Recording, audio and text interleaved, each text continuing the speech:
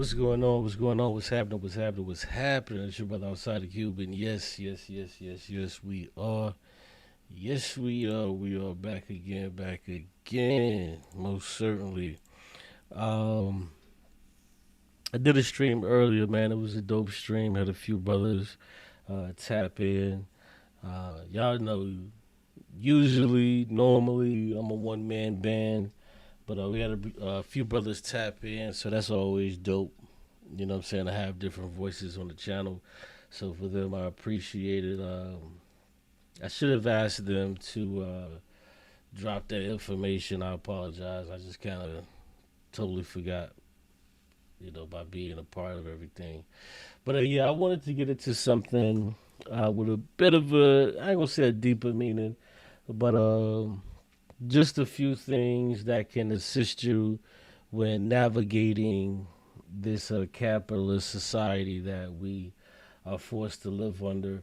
So this video is called "Why Two Incomes Leave You Broker Than One," because we've always thought, you know, it's easier to have a mate or a second income.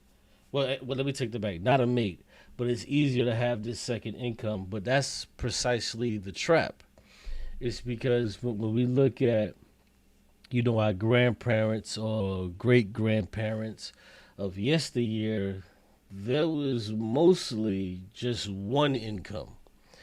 And, niggas was still poor, but you still got around and you were able not to get everything you wanted, but you most certainly had everything that you needed. So the two income trap is kind of just that. So what the capitalists begin to do is they begin to double increase the prices on things because they're like, shit, the mother and father is now working, so let's just increase the prices on every goddamn thing. So let's just take a look at this. I think it was a pretty dope explanation of how it works, and I'll opine intermittently. Let's go. Failure. They're both working professionals. She's in marketing, making $62,000 a year. He's in IT, pulling in $71,000. Combined household income, $133,000. That puts them in the top 25% of American households. They should be crushing it. They should be building wealth, maxing out retirement accounts, taking nice vacations, feeling financially secure. Instead, they're stressed. They're living paycheck to paycheck or close to it. They've got maybe 2 months of expenses saved up, and that's being generous. When their car needed an unexpected repair last month, they had to put it on a credit card. They both work full-time, sometimes more than full-time. They're exhausted. They rarely see each other during the week, except for a few tired hours in the evening. And the craziest part? They've done everything right. Supposedly, they've done everything right. Supposedly.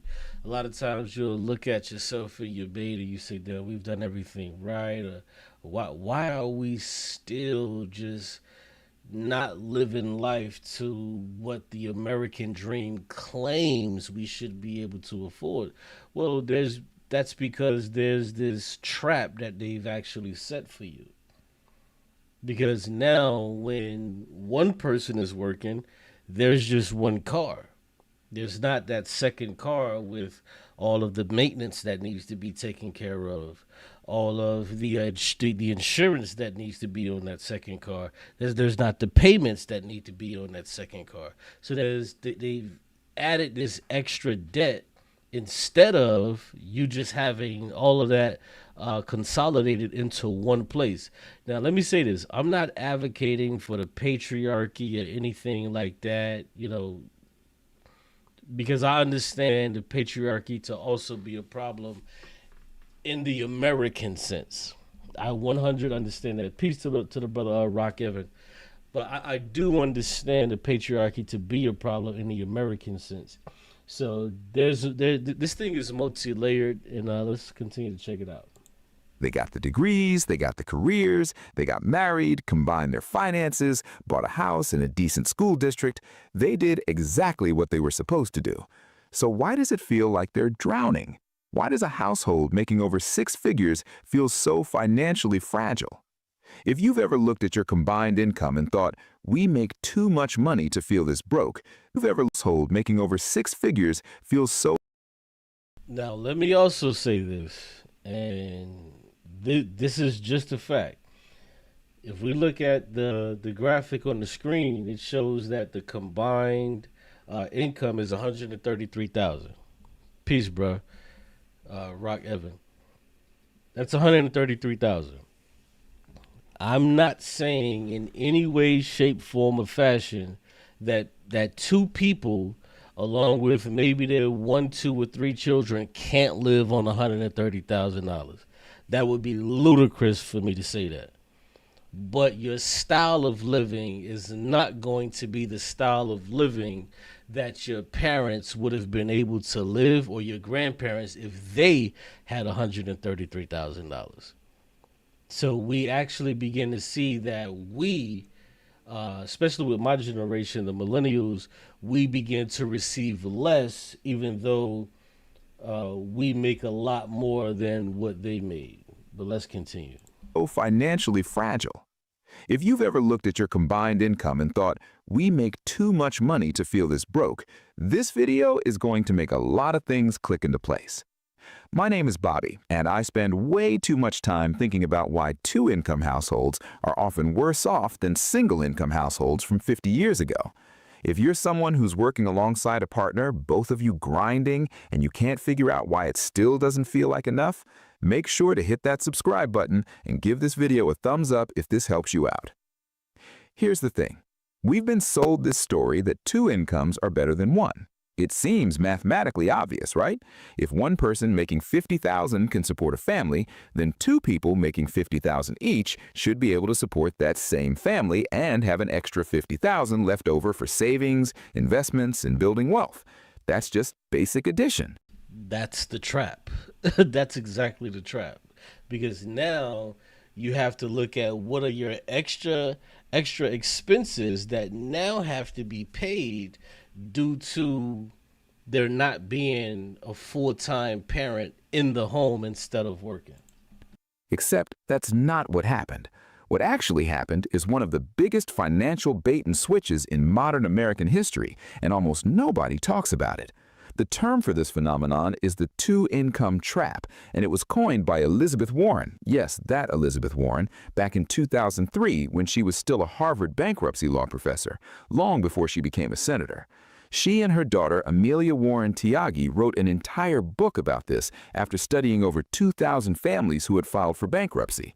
And what they found was genuinely shocking.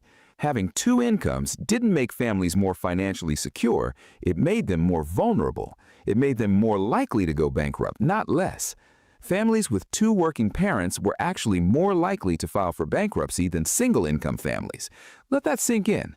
Working twice as hard, bringing home two paychecks, doing everything the modern economy told you to do, and you end up more likely to lose everything. Now, we have to also understand one thing that takes place. So if you're making 50,000, your girl is making 50,000, a lot of times you will look at certain neighborhoods and say, well, your woman is going to look at certain neighborhoods and say, well, I don't want to live there because then my child is going to have to go to this school or that school. So instead of having a house that's like maybe 230, now she wants to live in a neighborhood predominantly white, where this shit is $400,000 to $450,000. So that right there, that decision alone causes a lot of this shit that we see. That's not a personal finance failure. That's a systemic trap, and you're probably standing right in the middle of it. Let me take you back to 1970 for a second, because understanding the history is crucial to understanding the trap. In 1970, about 43% of women participated in the workforce. The typical middle-class family had one primary breadwinner, usually the father, and one parent at home, usually the mother, managing the household. And here's what most people don't realize. That single income was enough. Not just barely enough, actually enough.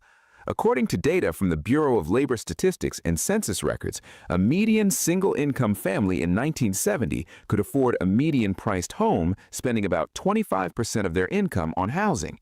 They could afford to put their kids in public schools that were reasonably well-funded, regardless of neighborhood. They could afford basic health care, a car, food, and still have money left over for savings and the occasional family vacation. They had financial margin, they had breathing room, and critically, they had a backup plan. If something went wrong, if the primary earner got sick or lost their job, the stay-at-home parent could enter the workforce. That second potential income was an insurance policy, an emergency reserve that could be activated if needed. Right. So essentially what you would have is if you have the father that's working and he gets laid off, loses his job, then instead of having two people at home, the mother can then go out and find her a job temporarily or whatever the case may be to supplement the income, and things just kind of move along. They're not perfect, but things do move along. Whereas if you have both parents that are in the workforce and something breaks down and one person loses their job, it throws a monkey wrench into the whole thing. Because the reason why you chose to get that house that's 450,000 versus that house that's 230,000 is because you qualify for both houses, but you're also looking at, okay, well, my children are going to have to go to school around here. This is a what you perceive as a more safe neighborhood.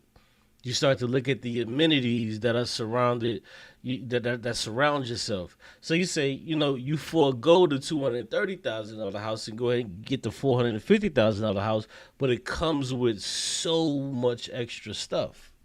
Now, fast forward to today. Female workforce participation is around 57% and much higher among married mothers specifically. The two-income household has become the norm, not the exception. In over 60% of married couples with children, both parents work. We've essentially activated the emergency backup plan as the default operating mode. And here's where it gets really interesting. According to the Bureau of Labor Statistics, the median household income really interesting.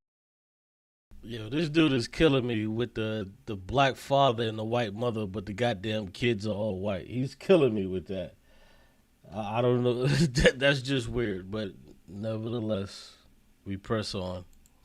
According to the Bureau of Labor Statistics, the median household income in 2023 was about $74,000. Adjusted for inflation, that's significantly higher than the median household income in 1970. We're making more money than our parents and grandparents did. But look at what... Yeah, we're making more money than our parents and grandparents did, but we're doing worse because when you start to look at initially capitalism's love child, which is neoliberalism, you start to see everything begin to inflate. So even though we're making on paper more money than what they made, dollar for dollar, we're getting less than what they got due to capitalism and its love child neoliberalism. So when you begin to look at the numbers, my generation, the millennials, is going to be the first generation that will not do better as a whole versus their parents.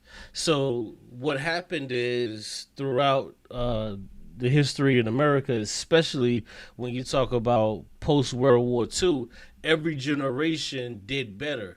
My generation, the millennials, we're actually doing worse, and we're going to end up doing worse than our parents. So we're going to break that cycle, which tells us what?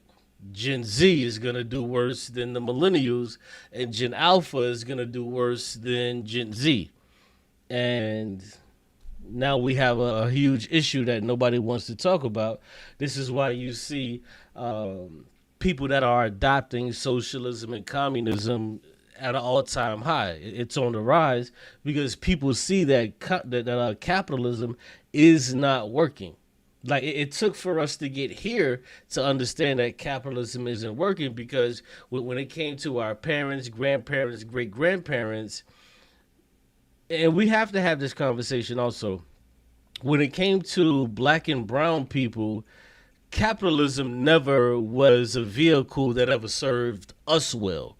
So a lot of times when you know, even in this cartoon and graphics or whatever, even when you talk about that, when it came to black people, nigga, a lot of times both of our grandparents worked. So in white families, a lot of the times this was the case. But when it came to a lot of black families, this wasn't the case.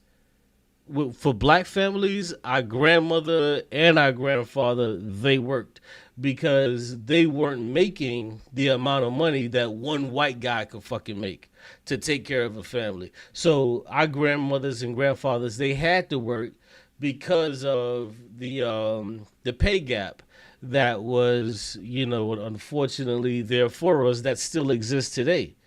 You know, there's a race pay gap. I think that mostly the gender pay gap is kind of cleared up, but there is a race pay gap that we can actually show. But yeah, so I also want to add that caveat that when he's talking about what people were doing in the 70s versus today, a lot of that shit didn't apply to black people because black women, they still had to fucking work and they still had to come home, and thus the issues with the fucking patriarchy, because women would work just as much as men and black women would have to come home and still have to do the same thing that white women would have to do: cook, clean, take care of the fucking kids. So, like I said, I'm not advocating for the patriarchy because I understand its destructive nature. So, with that in context, you know, let's make sure we understand what's going on here. You know, What happened to costs? Median home prices in 1970, adjusted for inflation, were around $200,000 in today's money. The median home price in 2023, over $400,000. Housing costs have literally doubled relative to inflation. Healthcare spending per household peace to my brother observing stuff, man. Shouts out, man. Thanks for coming through. has increased by over 600% since 1970. Childcare, which barely existed as a major expense in the single-income era because someone was home, now costs the average American family over $11,000 per year per child, and that's the average. In high cost of living areas, you're looking at 20 to So hold on. We have to pay attention to these numbers. Pay attention to these numbers because if you look at the average cost of childcare, the average cost of childcare is $11,000. So we have to keep in mind, if you and your mate are both making $50,000, together you're making $100,000. But right off the rip, boom, that's $11,000 off of that shit. So now instead of that extra 50,000, now you only have 39. Instead of that 50, you only have 39. to $30,000 per child annually. Education costs for college have increased over 1,200% since 1980. The fixed costs of being a middle-class family have exploded, while wages have merely crept up, and all that extra income from the... But hold on, see, Rock Evans says it's destabilizing the family if a woman has time to work outside. But as I just stated, this was the case for most white women and most well-to-do people. This wasn't us. For the average black family, the mother and the father was working.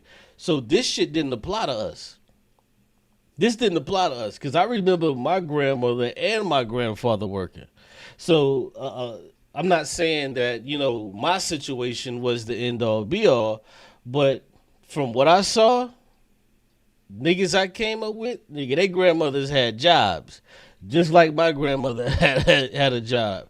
So for a lot of white people, so because white people were 70% of the population, this was considered the norm, just due to their sheer numbers. But when you start to look into the poorer people of this country, this shit didn't apply to us. The majority of black people, nigga, no, we didn't live like Al Bundy and them. to where he could be a shoe salesman and take care of a family and live in a goddamn 4-bedroom house. That wasn't us. Our grandmothers and our grandfathers had to work. Daddy Supernova says, my great grandmother didn't work, but they were hurt in rural Alabama. Yeah, like I say, my situation and what I saw is not the end all be all. This wasn't a everything to everybody, people. Like, this just wasn't that. Peace, Titans of Debate League. Thindo with the extendo. Sorry I missed you there, brother, but peace. But, Titans Debate League, I actually reviewed a video that you uploaded the other day. I reviewed that last night with Ankh and the brother Leandre. Hopefully I dropped the link to your channel, so hopefully I sent a few people your way. It's the least I could do if I'm reviewing and covering your videos, so I appreciate that. But yeah, like I say, this wasn't everybody. This was not everybody. It wasn't all black people. It wasn't all white people. But this was the norm for people. But when it came to black people, a lot of us couldn't get down like that because the way how this shit worked, black people just got paid so much less to where we weren't able to even do this type of shit. Second worker got absorbed, every single dollar of it. The two-income family doesn't have double the financial security of the single-income family from 1970. They have less because their fixed costs expanded to consume both incomes, and they burned their backup plan just to keep up with baseline expenses. Now, you might be thinking, Bob... Well, hold on. I think what you're trying to say that work isn't a problem for women if it does not interfere with the home. No, bro. If a woman is working, that interferes with the home off rip. Because when she comes home, she's tired. Like, how can you expect a woman to cook, clean, chase after fucking babies, wash, fold, all of this shit, and then you just sit back and watch fucking Monday Night Football or watch wrestling? Like, nigga, that's just not real. Like, that's part of the patriarchy that had to fucking go. You know what I'm saying? Like, when men come in, nigga, you need to be ready to cook, because what happens if you get home an hour before she gets home? What you not finna change that fucking sagging ass diaper? You not finna goddamn make nothing to eat? You know what I'm saying? Like, nah, yeah, niggas want to drink a beer, watch Monday Night Football or some fucking wrestling and just kind of, oh, that's the point you're making? Okay, yeah. So, well, yeah, I agree if that's the point you're making. Absolutely. Absolutely. You know what I'm saying? You got to be able to cook, all that old shit. You can't just come the fuck home, plop down on the goddamn couch and be like, well, I did what I had to do today. I had to work. Well, nigga, she had to work too. How do you just throw away all the shit she did for the fucking day? Nigga, the hell you had to deal with that goddamn white man today? She had to do it too. And she had a bunch of fucking backstabbing assholes. Just how you had a bunch of backstabbing ass niggas trying to climb up the ladder off of your back too. Same shit. So, like I say, that part of the patriarchy of America, I totally understand. That shit needs to go. It's trash. It's garbage. And us as men, not white, black, whatever, Korean, us as men, we should be willing to put that shit on the goddamn, not even back burner, just put that shit in the garbage, man. We should respect our women enough to say they're worth more than that. They're definitely worth more than that, man. These are the women that you commit your life to and call them your life partners. Man, why the fuck would you treat them like that? You know what I'm saying? So I get the feminist argument for the patriarchy, but let's not be confused that some of them take it too fucking far.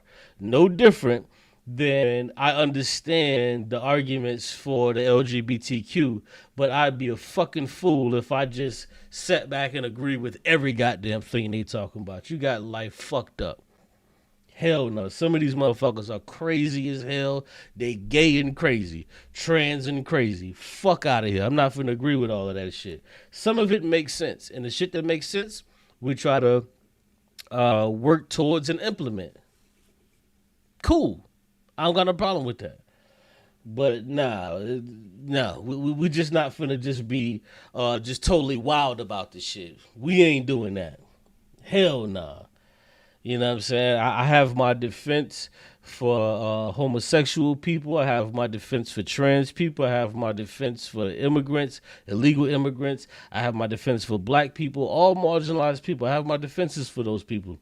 But you'll be a goddamn fool just because everything that they say we're just supposed to fucking go along with. Fuck no. Yeah, right. Nigga, you just gonna be gay and crazy because we ain't doing that. You just gonna be gay and crazy fucking with me. Bobby, this doesn't apply to me. We're smart with our money. We didn't let lifestyle inflation eat our second income. Hit the like button, And yo. look, maybe you're the exception, but let me walk you through the math of what actually happens to that second income. And I want you to be honest with yourself about whether this applies to your situation. Let's say one partner makes $70,000 and the other makes $50,000. That's $120,000 combined, which feels like a lot. Let's focus on what happens to that $50,000 second income. First, there's taxes. Because of the way progressive tax brackets work, that second income gets taxed at a higher marginal rate than if it were the only income. The first $70,000 gets taxed at lower brackets, but that additional $50,000 comes in at the top of the stack. Depending on your state, the effective tax rate on the second income could be 30 to 35% or higher when you factor in federal income tax, state income tax, and payroll taxes. So that $50,000 immediately becomes something like $32 to $35,000 in actual take-home. But wait, there's more. If you have kids, you need childcare. The average cost of daycare in America is about $15,000 per year per child. Got 2 kids? That's $30,000. You haven't even left the house yet, and your $50,000 income is now worth maybe $5,000. And we're not done. 2 working parents means 2 commutes. Right. So when you begin to add up all of these different things, you got all of these other costs because your mate is working outside of the home. You have all of these other costs that are now racking up to where you feel like just because your mate is also working outside the home and making 50,000, you're not really making 50,000. You're just not. The average American commute costs about $5,000 per year in gas, maintenance, and vehicle depreciation. That's if you're driving. If you're paying for parking downtown, add another $2,000 to $3,000. If you need a second car that you wouldn't otherwise need, add the car payment, insurance, and registration. Call it $8,000 total for the second person's commuting costs. Your $50,000 is now negative. But let's keep going because it gets worse. 2 exhausted working parents means less time and energy for cooking, cleaning, home maintenance, and all the tasks that a stay-at-home parent might otherwise. Man, I'll tell you right now, that shit adds the fuck up, bro. That adds up. Like for single parents, that shit it's a bitch, bro. You're not able to spend the time that you want to spend. You tired on your days off. You don't want to do this. You don't want to do that. Like that shit adds the fuck up. And I think we all know that. I think we all know that. But we feel like we're actually gaining ground, but we don't gain ground in this capitalist system. Like, you know, we were talking about on last night's stream financial literacy, you know, and the lack thereof. But like this is a part of the shit. If you know, if you want to like this is directed to normal people, not motherfuckers to where one person is making 250,000, the other one is making like 100,000. This isn't directed to them. This is directed to just a regular motherfucker that's working a job, making about 50, 60K, and then him or her mate is making about 50K. This is who it's directed to, which is the average person. This is how it operates. Because a lot of time, where we meet our mates at, we meet them in similar situations. You know what I'm saying? So we're going to run into average people. Like, that's who our mates are average people. You know what I'm saying? Wise handle. Studies show that dual-income families spend significantly more on convenience services and prepared foods. They're more likely to hire house cleaners, order delivery, pay for lawn services, buy. Yo, I ain't gonna lie, bruh. Supernova, I am not gonna lie. I didn't want to say it to keep stopping the video, but why the fuck that now that they goddamn struggling and sitting in a rat infested home, now it's two black people. You know what I'm saying? When niggas is kind of doing alright, they gave him a black man with a white wife with 3 white children. I peep game, bro. I pre-made meals and eat out more frequently because nobody has the energy to cook after a 10-hour day, including commute. These exhaustion expenses can easily add another $5,000 to $10,000 per year compared to a household where one person has time to manage domestic labor. So let's add it up. That $50,000 second income, minus $18,000 for taxes, minus $15,000 for childcare for one child, minus $8,000 for commuting costs, minus $7,000 for convenience expenses and exhaustion spending, you're at $2,000. That's not a typo. The net contribution of a $50,000 second income can realistically be as low as $2,000 per year. And that's like a measly $150, $200 a goddamn month. This is why you feel like you and your girl ain't making no ground. You be like, damn, why me and my girl ain't making no ground? Both of us work. Why we ain't never got shit? Damn, why we ain't making no ground? It's because of this. It's because everything you're paying for double. Now, also what's being left out is that once your children become of age and you no longer have to pay for the child care, because the child care is the biggest shit. That's like the biggest thing. Once you no longer have to pay for the child care, if she wants to go to work, like let's say you got 2 or 3 kids or whatever, and they're all now into K through 12. All right, if you want to work, go ahead and work, because that will then bring in, a little bit more paper. Or if she can work from home, or if she found a little joint working from home, now you can really bring in the chips. So, like, there's ways to move around this, but this is, what I'm saying, like the breakdown of why a lot of motherfuckers is fucked up. Because the majority of people have to leave out to work. But if my girl can find a little job in the crib to where she working from home, to where she don't even necessarily have a car, you know what I'm saying? And, the kids is already going to fucking school and she ain't got to be doing the daycare shit. Because that daycare shit be breaking a nigga, bro. They be breaking on a nigga with that fucking daycare. They know what they be doing. Maybe less, maybe negative, especially if you have multiple children or live in a high cost of living area. Someone is working full-time, being away from their kids, missing... Peace, strap. I got auto-tune on? Somebody... Hold on, what the fuck do I got? Damn, I think I maybe hit the wrong button. Is it still auto-tune? I just changed it. I should be good now, right? I think I hit the button by mistake. I should be good now, right? I think I just turned it off. This nigga says shit janky every time. No, I think I pressed the button by mistake. Nigga said it sounded like T-Pain. Oh, that's maybe why somebody called me T-Pain last stream. Oh, that's why. I was wondering why the nigga called me T-Pain. Okay, I get it now. That's why somebody... Oh, I'm like, why the fuck that nigga called me T-Pain? Because he called me T-Pain, and then I played this shit.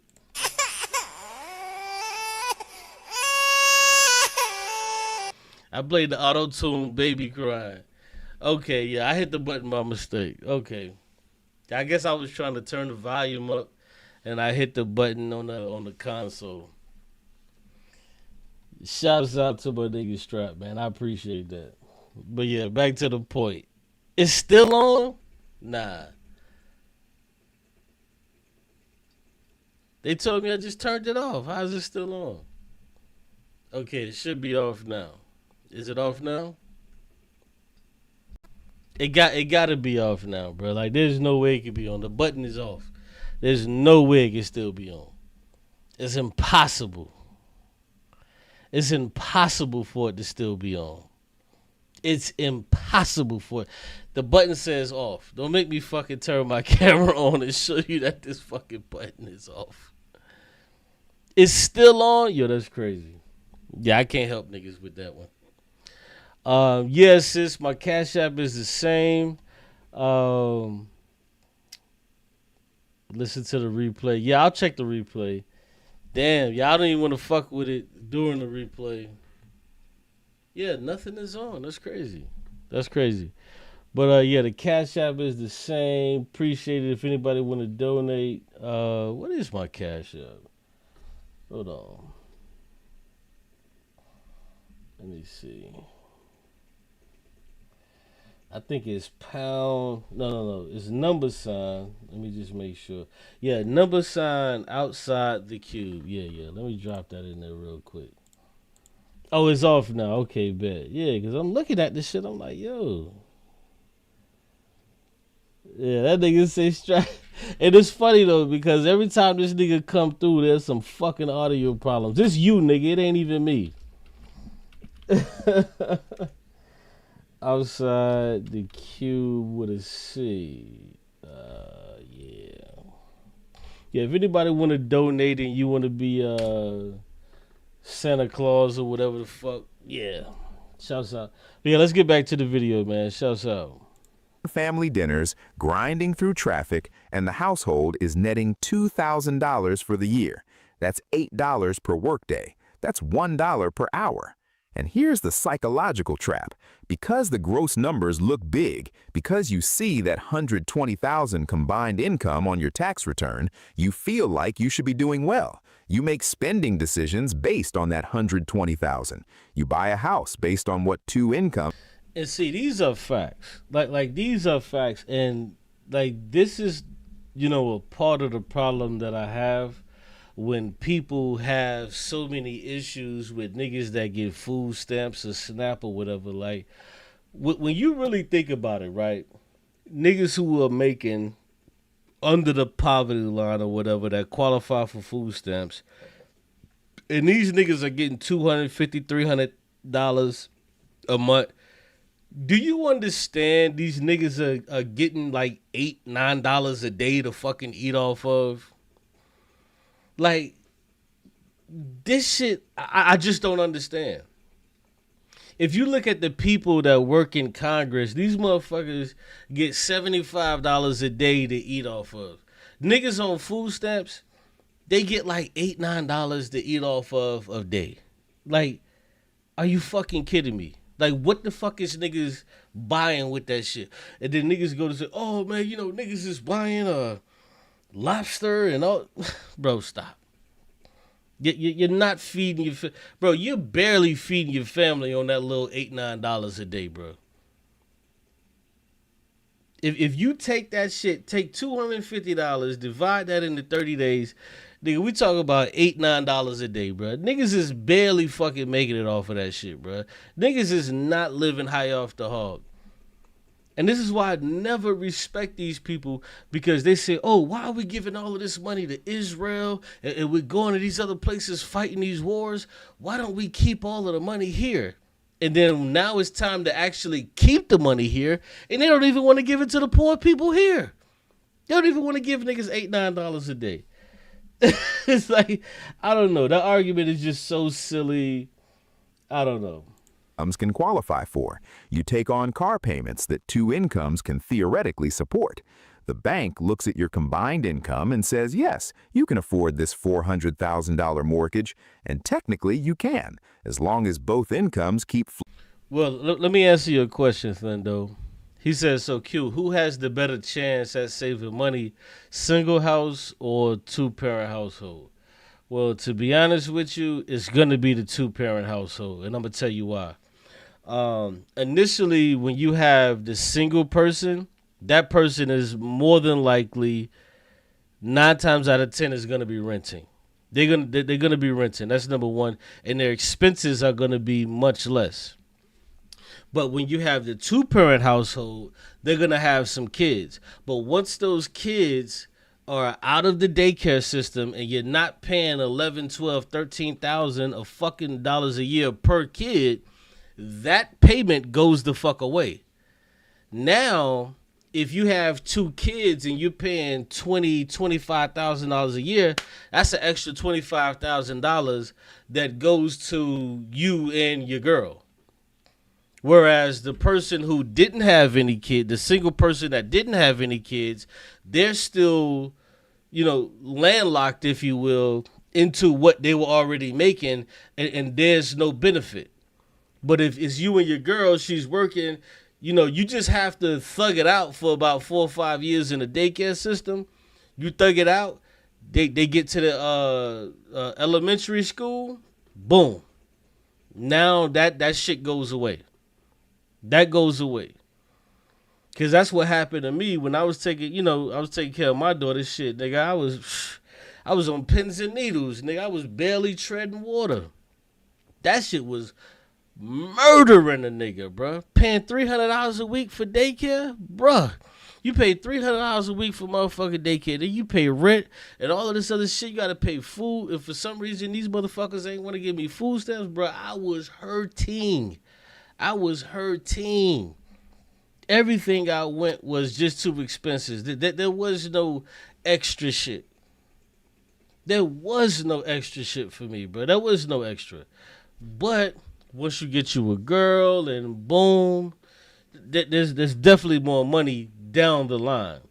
So that's why I wanted to say in this video, he's talking about more so people that start off that have children between 0 and 4. You know what I'm saying? That feel like, hey, the woman wants to go to work. No, you don't need to go to work. But see, here's the thing too, though, that a lot of people don't talk about. In other countries, they actually, let's say the woman is already working, she'll actually be able to get paid just for fucking staying home. You know what I'm saying? And still be able to go back and obtain her job. You see what I'm saying? But here in America, they don't do that shit. Some companies would do it, but they will do it for maybe 3 or 4 months, maybe give you 6 to 8 months. But in other countries, socially minded countries, they'll give you a cool year, sometimes a year and a half, to where you can still get paid, still be able to get shit done. But in America, fuck no, nigga. You gets nothing. You gets nothing, nigga. And that's the craziest part that I never understood. Well, I ain't gonna say never understood. The craziest part about America that's so effed up is that they want you to have babies. They want you to have babies. But then once the baby arrives, they don't care about it. They don't care about it. They just want the baby to be here just so they can count it as more in our population. Rock Evans says, you're a good father, Qube. Hey, man, shout out, man. I appreciate that.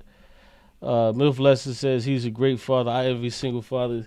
Hey, I appreciate that, but nah, you ain't got to envy us, man. This is not something that we spin on a goddamn board and we choose to do, because a lot of niggas, they don't do it. I was having a conversation with my daughter today. We was watching something, and this woman kept talking about single mothers. And every time she would say it, I would pause and I would add, fathers too. And I had to explain to my daughter, I was like, yo, I don't feel no type of way when they only say women, because it's not the norm for men to be in the position that I'm in. So I don't hate women or have any animosity when they only talk about how women need this and women. I don't feel no type of way, because it's mostly women that do need it, and it's mostly women that are in these situations. And I explained that to my daughter, and she was like, yeah, you kind of right. I understand that. You know what I'm saying? So, yeah, I don't feel anything when they try to do certain things that are specific for women. I don't have a problem with that. But I just wish it was a system to where I just wish we lived in a system to where we could actually help these people, that are in these situations. Nah. You don't want to envy us, sister. You don't want to envy us. You know what I'm saying? It's one of those things, man. You know, you wake up in the morning and sometimes I'm gonna keep it a buck, man. Sometimes you wake up in the morning, you want to give up, man. Sometimes you want a fucking vacation, and you see 4 months in front of you, and there's no vacation that will be availed to you. So I just keep that shit real, bro. Sometimes it gets hard, dog. It gets hard. You know what I'm saying? It gets really hard, but it's just one of those things that niggas just gotta do. You know, I just happen to be, one of those people. I could only wish that my father was one of them niggas, you know what I'm saying, that at least would have stepped in or whatever. But it is what it is, you know. We don't trip. We see what it is and we move forward, you know, because had it not been for my father not being there, I probably would have been one of them weak ass niggas that said fuck it and let my daughter go into the system and excuse me, not care about what happened to her. So it's just one of those things, man. This happens to a lot of people. I'm not even talking about black children. This happens to a lot of people nowadays, man. Like, it is what it is. Like, that's why I even been thinking about, like, potentially adopting a kid, man. Because there's so many of these kids that don't have families that would never actually be able to see what a family looks like. And that's something I grew up with, you know what I'm saying? It wasn't a full family, of course. I didn't have my father and all of that shit, but I definitely had what the fuck is called a family, nigga. We definitely with the family reunions. But there's kids that would never be able to experience that, and that fucks with me a lot. That, when you look at this goddamn system and how fucked up this shit is and how motherfuckers just want to perpetuate this shit, it's crazy to me, dog. But, I'm an atheist, which also means I'm a humanist, so I do give a fuck about people, bro. Most people don't. Flowing forever, as long as neither of you gets sick or laid off or burned out or needs to take care of an aging parent or has a child with special needs or hits any of the 1,000 unexpected life events that humans encounter. This is where the trap snaps shut, and it's the part that Elizabeth Warren's research really drove home. The single-income family from 1970 had something the two-income family today doesn't have. Real quick, man, big shout out, man, to the sister MILF Lessons with the motherfucking 50 on the goddamn Cash App. And his name is John C.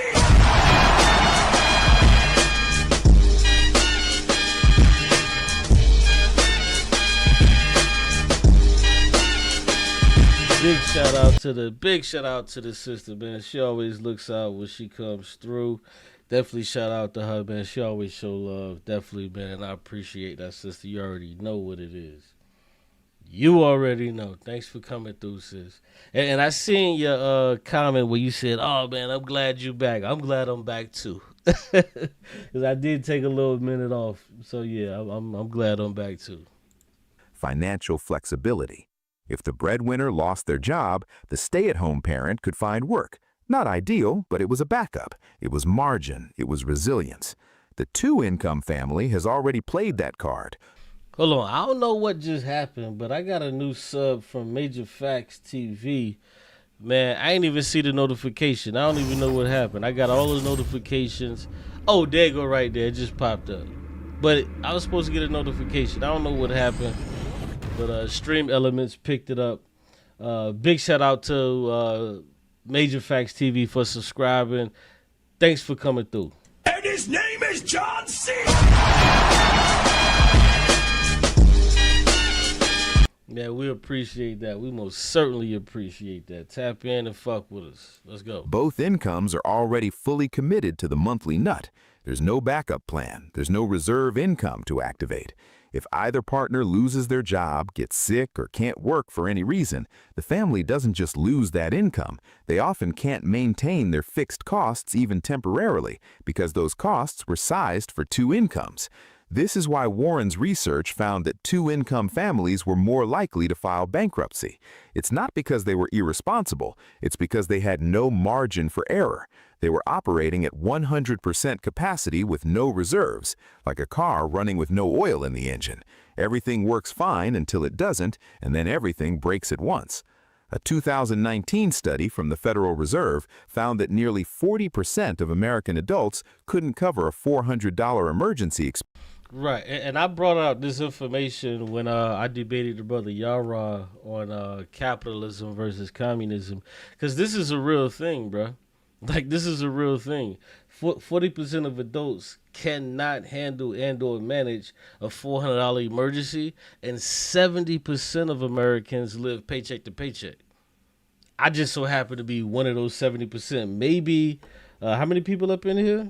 There's 11 people up in here. Maybe y'all can't afford this shit, but hey, listen, I just so happen to fall in that 70%. You know, I'm just so happy that I have people, you know, mainly family members that I could reach out to and say, hey, man, damn, you know, da-da-da-da, nigga fucked up, da-da-da. I'm just so happy for that, you know, but some people don't even have that ability to where they can reach out to other people and, you know, get 200 here or 100 there or 50 there to, like, cover certain shit when they go through fucked up shit. That's real shit. Yeah, you see, I could take the poll, but the polls is already there. We already see, we already see the information is already out there. The information is already out there, bro. Real shit. If most niggas live paycheck to paycheck to where if something like this happens, niggas ain't even got the bread to cover it. This is a real thing, and it's not a black thing. It's a everybody thing that live in America, the so-called richest country in America. This shit happens to all of us, bro. Real shit. And that's why I brought these points out to begin to talk about these things, because, you know, when you on social media, everybody wants to look at it like you have this glamorous life, like you just living this. Nah, bro. If everybody was living like that, then why the fuck is things all the way that they are? Not everybody's living like that, bro. Not everybody's living like that. Expense without borrowing or selling something, 40%. And many of those people are in dual-income households making solid money on paper. They're not broke because they don't earn enough. They're broke because their expenses expanded to consume every dollar of their combined earnings, and they're one unexpected transmission repair away from financial crisis. And here's what really gets me. Not only that, not only are you one transmission from blowing, but you're also one to three. You're 1 to 3 paychecks away from losing your house, from losing your car. Like, think about it. If 70% of people in America live paycheck to paycheck, what does that tell you? If these niggas miss one paycheck, okay, yeah, you can kind of put shit on the back burner, get some extensions. You miss 2 paychecks, oh, shit is already, you know, in the red for you. But 3 paychecks, yeah, shit is bleak. Shit is real bleak. That's why every time, you know what I'm saying, I go through a checkout register, I interact with people, working class people, I always try to give them the utmost respect, because I understand that these motherfuckers are just like me, bro. These motherfuckers are 1 to 3 paychecks from losing every fucking thing. They're 1 to 3 paychecks away from being on the motherfucking street begging for money. Now, that don't mean I just give money to every fucking nigga on the street begging. Hell nah. That's just not how this works. If I give it all to you, what the fuck am I going to do? But this shit is the truth, and there is a different system that's available to us that we can try. But if people don't know about it, then why would they ever try it? You know what I'm saying? But yeah, we always have to think about that, man, that we're always 1 to 3 paychecks away from being homeless, just like the niggas that you walk past. We always have to look at shit that way. Lose your goddamn job and see how fast shit gets hard for you. Just lose your job and see how fast shit gets hard. Because if 70% of people are living paycheck to paycheck, that tells you that they don't got no goddamn savings. How is it upwards of 50% of people don't have no goddamn savings for their retirement? Well, it's a reason why upwards of 50% of people don't have no goddamn savings for their retirement, because 70% of people are living paycheck to paycheck. What the fuck are they putting back? There's nothing to put back. If I'm living paycheck to paycheck, what am I putting back to my retirement? I'm barely able to put shit forward. The expenses that consumed the second income weren't luxury expenses. They weren't boats and vacations and frivolous spending, at least not primarily. They were housing and childcare and healthcare and education. They were the fixed costs of participating in the middle class.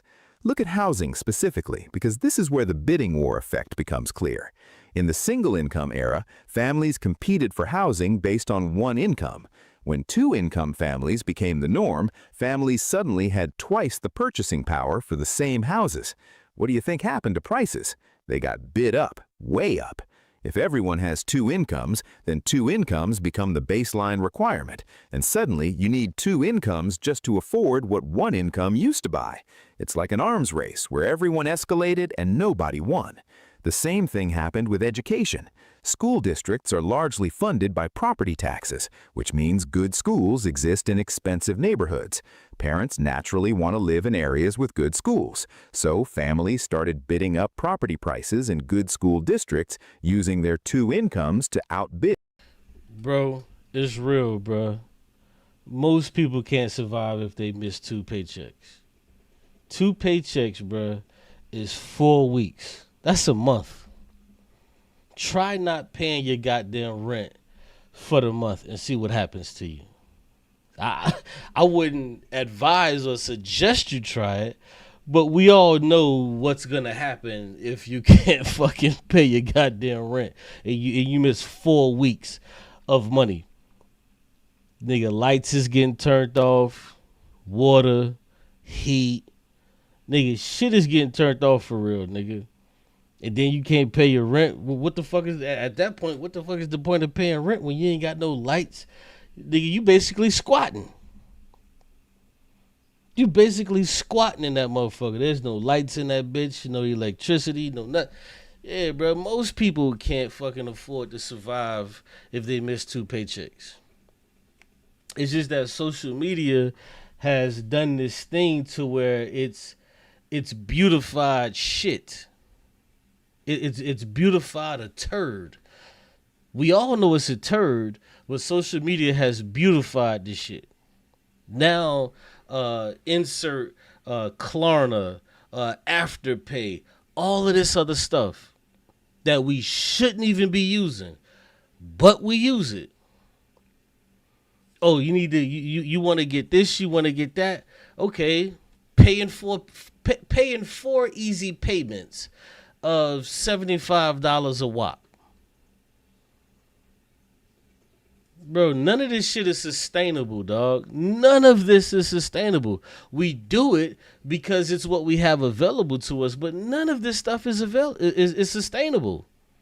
It's not sustainable. I remember back in the day where niggas had layaway. You would pay on layaway. You didn't have the product. It wasn't in your hands. You had layaway. You laid the shit away. You would drop by every so often, put $25 on it, $20 on it, $17 on it, whatever you had. You just drop a little money on it. And then come Christmas or whatever the case, then you go get the toy, the product, or whatever it was, and then you bring it to your kids.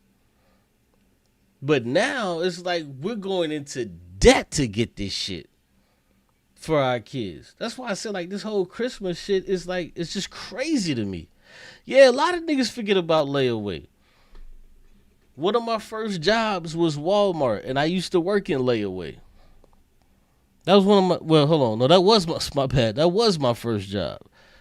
Walmart. Till I worked in layaway. Thendo says we used to call it lay by. Yeah.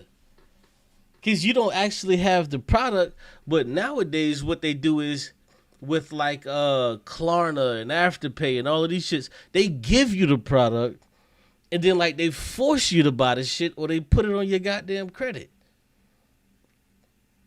You know what I'm saying? If you don't pay the shit. I use that Afterpay shit like probably 2 times. They started me off with like $200 to use. And then I used it one time and then it was like, okay, we're gonna give you $300 to use. And I used it that second time and then they gave me like $400. I was like, nah, I'm cool. I don't need to be using this shit. I already see where this is going. This is a fucking trap. They want you to keep using this shit to where they give you more and more to spend. I'm cool. And a lot of times, what the fuck are you buying with that shit? You buying shit you don't even fucking... Bro, you're buying stuff you don't need. I'm telling you, bro. These motherfuckers gave me that bread. I was like, damn, okay, well...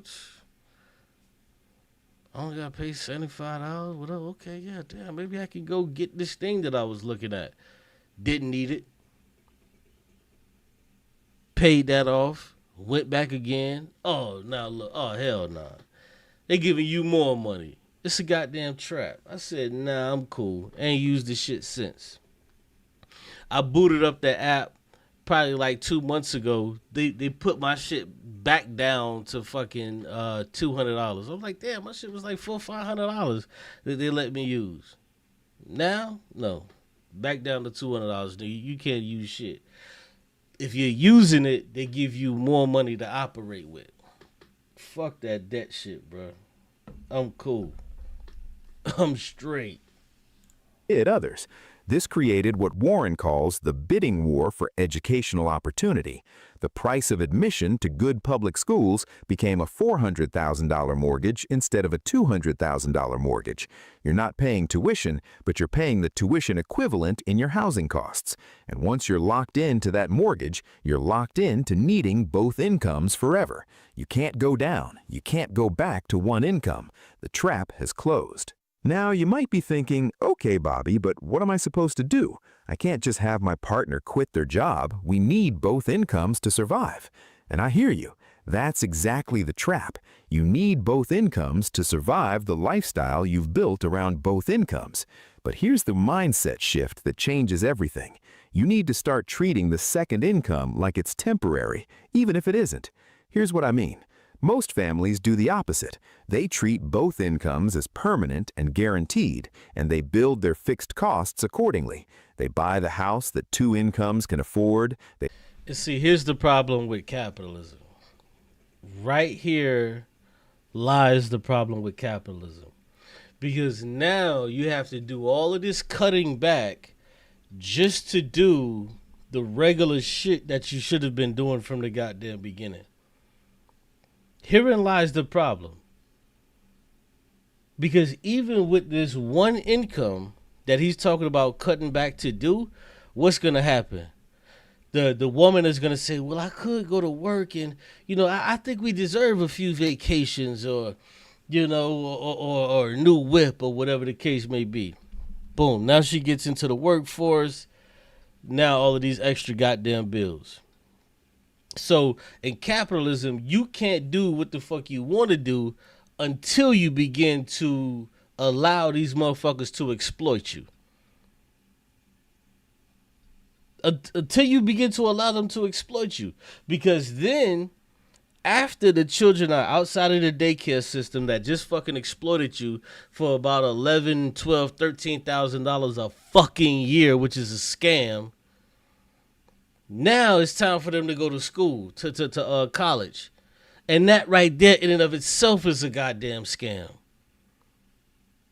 $15,000, $16,000, $17,000 a fucking year to go to goddamn school. All to get a job that may just be erased in the next fucking 10 years to where they can't even do anymore. Like this is what it all hinges on, bruh. It's crazy as hell. It's crazy. They lease the cars that 2 incomes can support. They enroll the kids in activities and schools that 2 incomes can pay for. And then they're stuck. They've built a life that requires two incomes to function, which means neither partner can ever stop working, even if they want to, even if life circumstances make it necessary. The alternative approach is what I call the one-income foundation. You structure your fixed costs, your non-negotiable monthly expenses, so they can be covered by one income alone. The second income then becomes entirely discretionary: savings, investments, debt payoff, or yes, some lifestyle enhancement. But the critical difference is that you could survive without it. You'd have to cut back, sure. Life wouldn't be as comfortable, but you wouldn't lose the house. You wouldn't go bankrupt. You'd have the margin that modern dual-income families have lost. Let me make this concrete. Say your household makes $130,000 combined, $75,000 and $55,000. Instead of taking on a mortgage that requires $100,000 or more in annual income to service, you take on a mortgage that can be comfortably covered by $60,000. Instead of having two car payments, you have one or none. You live in a neighborhood that's maybe slightly less prestigious, with schools that are good but not. But see, this is not realistic. This is not realistic because people are not going to sacrifice that shit, because they're going to look at it and they're going to say, man, this is just money. I'm willing to sacrifice the money so my children can have a better shot in this capitalistic society. They're going to say it's just money. So they're always going to opt for the bigger crib, the best neighborhood. This is just not real. That you're going to get people to say, well, you know what, we could just live in this neighborhood and, you know, we'll just get by. No, that's not real. We saw this shit happen to black folk in the goddamn late 70s, 80s, and 90s. Motherfuckers got up and got the fuck out of the black communities because of this reason right here. Motherfuckers didn't just stay there. Motherfuckers is finna get up and get out. Because why? They have according to them, the financial means to do so. So, nah, this shit ain't real. Because now, when we take a look at this video, it dovetails so fucking perfectly. This video dovetails so perfectly. That's why I wanted to cover both of these videos at the same time, because it points out the bullshit on what capitalism wants you to do, and how like you know, no disrespect to whoever this brother is that's doing that. He definitely did a great job, but this video kind of adds in a lot of the hidden messages, the hidden messaging that wasn't there. So check this out. This is the size of the median home built in America today, about 2,200 square feet, and this is the size 80 years ago, only 1,100 square feet. Seems like a success story, right? But there's a problem. Nobody can afford this, because as homes have gotten bigger, they've also gotten more expensive, faster than wages and wealth have grown. So why are these being built, and right? So if you understand the previous video to this video, you have the house that's selling for $410K versus the house that's selling for $100K. No, you're gonna feel safer, and the schools are gonna be better in the zone that has the houses that cost $410,000.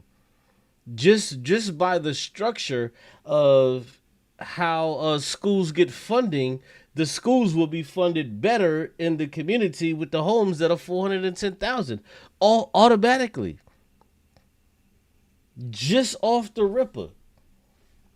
what happened to the starter homes we used to build? I dove into almost 200 years of housing history, zoning policy, building codes, mortgage rules, and realized that this is essentially illegal to build today. That sounds insane because it is, but it's true. In some places, people literally sat down and wrote laws that said you cannot build small, affordable homes. But the problem is a lot bigger than that. Over the last century and a half, yeah, let me just interject here really quick before I let them continue. The problem is bigger than that, because not only is this something that they did, they also got rid of multi-use buildings, to where they made it to where this building can only be a place of commerce. This place can only be a dwelling. It can't be mixed or multi-use to where it's both things. They got rid of a lot of that shit. So I came up watching TV shows to where motherfuckers would have like a bar or a business downstairs and the motherfuckers would live upstairs. In America, that shit no longer exists. Like, multi-use is off of the goddamn table. Either it has to be a place of commerce or it has to be a single family home, a dwelling. You see what I'm saying? We made a series of choices aimed at making homes more attainable, safer, and better. A series of choices that denied people what they needed, repeatedly sold them lies that broke our country over and over again and did nothing to resolve the underlying problems. Through a combination of malice and mistakes, we have sleepwalked into a catastrophic housing crisis, and nobody seems to realize how we got here and what we have to do to fix it. People need security. No, a lot of people do understand, and he used the perfect words. He said there was a combination of malice and mistakes, but it was more malice and less mistakes. They did this out of malice. They need homes to build a future, to build a country, to coexist peacefully, and to trust each other. This issue couldn't be more important. So that's what we're going to dig into. This is why homes have gotten so big and so expensive.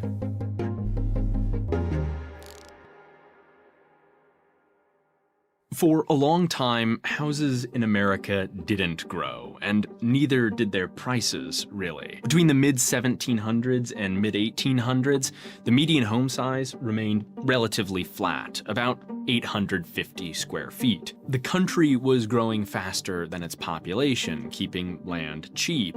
At the same time, limited to no regulation of construction kept costs low. Yet home ownership didn't skyrocket and home sizes didn't balloon because people were relatively poor. Houses remained relatively expensive, and very few people had access to loans and lending. But then something happened.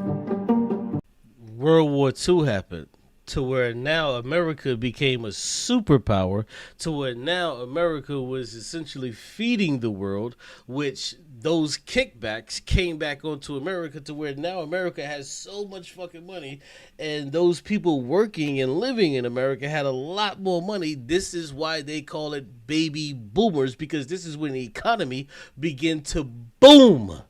To where they had so much money, to where now versus pre-World War II, everybody had to fucking work. They were either both working on farms, they were both working in industrial area, but now in industrial age. But now, just one person had to fucking work because of the boom that came post-World War II. The Industrial Revolution arrived and transformed American cities. Almost overnight, they filled with factories and millions of laborers from all over the country and all over the world. Hastily built apartments soon filled major industrial cities, cramming millions into every spare corner and crevice. In addition to blowing up demand and costs for the limited land in cities, this rapid urbanization and overcrowding brought crime, disease, and urban fires. But see, even with that block that he just put in for scarcity, that scarcity was artificial. They created this artificial scarcity, which then they begin to create white. Well, I ain't gonna say create, but white flight happened. So then white people moved out to the suburbs. Well, let's go. In response, cities like New York began adopting rules to regulate home building. First came building codes, standards of construction quality and fire safety to improve dangerous living conditions. Then came zoning plans, restrictions on building height, density, and where you could build what. These were unprecedented moves, but lawmakers argued that they were essential to mitigating danger and overcrowding. Yet, zoning, by limiting the number of possible homes in a plot of land, Yeah, to answer your question, so pre-World War II, America was not a superpower. So post-World War II, America became a superpower because what they begin to do is they begin to institute things like the Marshall Plan, to where they would rebuild Germany. They would rebuild a lot of these war-torn places, European countries, by the way, that were destroyed. They didn't implement these things into Africa to try to build these places up, because these places were colonialized by these other European countries. So they figured they would build up the colonial powers, build those places up, and then they could then exploit them. So this is why even today, even when you see when something happens to where, like, for example, to where how we see America just totally allowing the death destruction that's going on in Palestine. Everybody else in Europe is just really kind of quiet, mum's the word, is because Europe is a satellite fucking society for America. America runs this shit. And what Donald Trump did, he stopped playing the fucking games with them. He was just like, yo, we not helping you niggas anymore. He basically told Europe, like, fuck y'all, because we really run this shit for real, and we tired of playing games. So if y'all want to go against us or whatever, then, let's fucking get it. So that's really what it is, man. Europe, the European Union, all of that shit is a facade. It's not real. They have no fucking power. America is the hegemon. It's the top fucking hegemon in the goddamn world. But we have China that's slowly creeping up and doing what they're doing. This is why you see all of the negative propaganda that's coming out of America, along with nation states that are coming out of Africa that are actually starting to build up, that China is helping now to try to build up, because China understands they can't do it alone. So China understands, hey, you know what? We're becoming more powerful. We're becoming a superpower. So we're going to need other people to back us if we actually try to challenge the United States. And the United States sees that. This is why Donald Trump, he's so adverse to BRICS. He does not want anybody else to have any other currency except the US dollar. Yeah, you can have your little bullshit currency, but it has to be in accordance to what the US dollar is doing. So BRICS is actually subverting that, and they're saying, no, fuck you and your US dollar. We're cool on that dollar shit. We want to do our own thing. So in BRICS is Brazil, Russia, India, China, and South Africa. And they've, since they instituted it, they've added like pretty much over 20 other countries since. And people are just tired of America being the bully of the fucking world.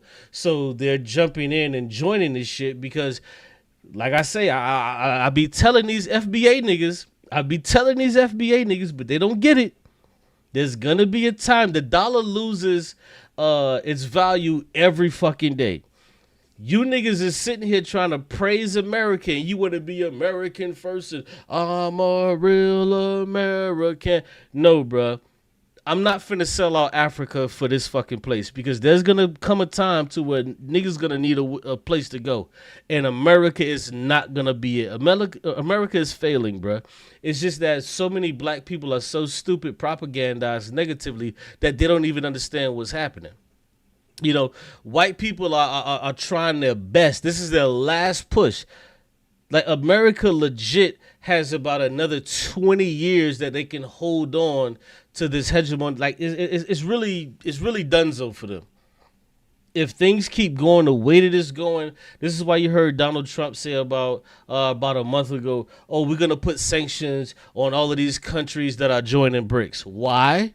Because he understands that all of these countries, if they continue to join BRICS, it's going to do what? It's going to throw off the what? The SWIFT system is what we operate off of, that we use to fuck over other countries. It's going to throw that shit off. So there's no way we can still control the goddamn earth and we don't control the banking. Because ask yourself this one fucking question. How does America make all this goddamn money? What do we export around all the fucking globe that everybody goddamn needs? What the fuck do we export? You know, and that was the central question that I had to ask myself when I became a communist, because I was just like, yo, why does America have so much fucking power? What do they export? America is a service-based country. What the fuck? We import more shit than we need than we export. There's not this hellified shit that we export across the fucking world that everybody needs, because no, they can get it from somewhere else. With the soybeans, what happened with the soybeans? Donald Trump was like, no, we're not giving China our soybeans. What the fuck did China do? They said, okay, we're going to go ahead and get it from Argentina. We get it from Argentina. And they back it. Then China and Argentina backdoored America. So America bailed out Argentina, and then Argentina backdoored America and still sold the fucking soybeans to fucking China. So, like, geopolitics is a motherfucker. And, you know, I like to talk about these things because, you know, niggas in the conscious community, you know, niggas ain't talking about this shit, bro. Niggas don't give a fuck. They only trying to talk about, you know, if Jesus was divine or all of this other stupid shit. I can give a fuck less about that, bro. Like, there's so many things that actually affect us that we can actually also affect. But it's like we don't talk about these things. Niggas just talk about fake black Hebrew Israelites. I know I delve in that from time to time just to have a little bit of fun, but evolution, but I really don't give a fuck about none of that shit, because there's things that are way more important than what niggas is actually talking about. And codes, by placing more demands on construction, both threatened to push up housing prices. However, by 1920, the median home actually got bigger, now 1,000 square feet. And at $80,000 in today's money was fairly affordable too. This was all thanks to a few major changes. First, electric trolleys and cars transformed the outskirts of cities into practical places to live, countering urbanization land cost pressures. Yeah, now see, that's very important. That's very important to what he's talking about, because when you have these trolleys and these train tracks that they built for public consumption, they built these things. But then what happened when Ford and all of these other car companies came around? What they began to do is they began to buy up these places, rip up the fucking infrastructure for all of the trolleys. This is why our infrastructure, when it comes to public transit, is so fucking terrible, because they made the world that we live in today in America so car dependent. There's literally nowhere you can go in the majority of America if you ain't got a fucking car. If you don't live in like a metropolitan city or a big city, nigga, there's nowhere you can fucking go without a car. Just think about it. The average person, in order for them to get to work, they have to have a car. Public transit is fucking non-existent. Like, none of this shit is real. But we used to have trolleys, buses, things of that nature. But with the advent of cars, and this is why lobbyists are so fucking important, because what they did was these companies paid these motherfuckers to be able to sway public opinion, and then be able to do the capitalism, be able to acquire these fucking places. Because you would ask yourself, why would they want to rip out the fucking tracks for trolleys and transit systems? Because the answer is so they can sell cars. Now, when you look from like Google Earth, and if you look at a Walmart or some shit, you see a huge fucking parking lot. A huge parking lot. No matter where you go, you just see huge fucking parking lots everywhere, because now in America, we are car dependent. Look at a lot of these other places, especially in Europe, in the East, China, Japan. It's not fucking car dependent. Everything we do is car dependent, whereas now they have to stick us with insurance, taxes, all of this other shit. So yeah, it's a whole game. And I don't know, maybe that's another video, but yeah. And second, Industrialization reduced construction costs, countering the increased expense of compliance with new zoning and code regulations. And to top it all off, access to institutional finance spread, enabling millions more to take out modest home loans.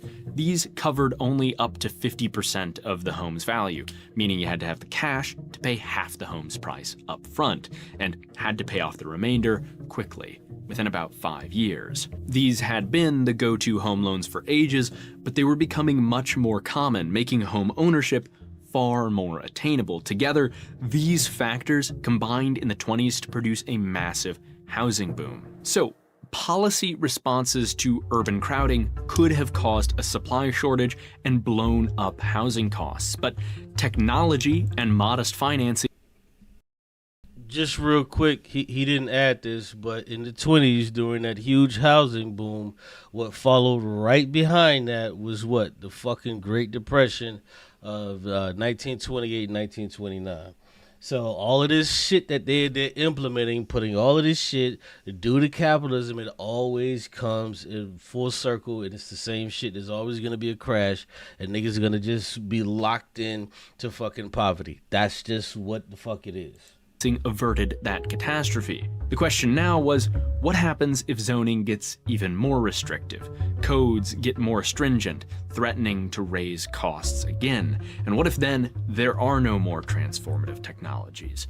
Would we simply continue to chase inflating prices with ever more generous financing? This is crucial to explaining today's housing crisis. But for now, this disastrous situation had not yet come due. In the 1920s, housing was booming. In fact, it was booming so big that people started trading packages of mortgages on the stock exchange, gambling on the American housing market. But the boom didn't last long. Have you ever been somewhere, at the airport, in a coffee shop, or just away from home and been sidelined? Yeah, it didn't last long because that's when the goddamn Great Depression happened. By that sinking feeling that you forgot to do something on your computer or remote device. You grab a computer back. Amazing. After symbolized a national illness. The Great Depression. The economy collapsed and people suddenly got a lot poorer. Houses stopped getting built, millions defaulted on those high-cost home loans, and homelessness skyrocketed. In response, America elected FDR, and to get roofs back over Americans' heads, he proposed a new 80-20 mortgage. Insured by the federal government, these loans meant only 20% of a home's value had to be paid up front, and the remaining 80 could be repaid over 10 to 15 years at a fixed interest rate set at time of purchase. This was revolutionary. Where before $20,000 could afford maybe a $40,000 home, now that same $20,000 could afford a home costing $80,000 or $100,000. Courtesy of FDR. By the way, he also made gambling on mortgages illegal. That will be important later on, but for now, these were the seeds of another housing boom. Cheap land thanks to new transportation technologies, cheap industrialized. I have to add this too. This is when they created the FDIC, so all of these things, they come into play. All of these things come into play, and the FDIC was just a way for them to not allow for the banks to just fuck over people and say, well, we ain't got your money, so you're screwed. Now the FDIC insures up to $250,000. So during this time, you know, one could say that America actually cared about its people, because especially with FDR coming in, a lot of things actually happened for people. So yeah. Construction and cheap money widely available as long as you weren't black. So by 1950, the median home grew again to 1,100 square feet. But it's easy to miss that something extremely important has happened here. The 1920 upsize came as a result of transformative technological advances. This was different. Industrialization continued, but from 1920 to 1950, the progress was nowhere near as revolutionary as what came before. Instead, this was the result of changes in financing. Homes weren't growing based on real changes in what was affordable, but in seismic shifts in the kinds of loans being handed out, thanks to government insurance. That, folks, is called a bubble. and it's about to get a lot bigger. Across the United States, Yeah, that bubble got bigger, bigger, bigger, and then once the repeal of the Glass-Steagall Act, then what you saw was 2008, the shit burst, and the shit just feels like now is getting progressively worse. new homes are springing up by the thousands for our rapidly growing population. Because at this same time, the lending rules got even more relaxed. 80-20 became 90-10, and repayment schedules stretched to 30 years.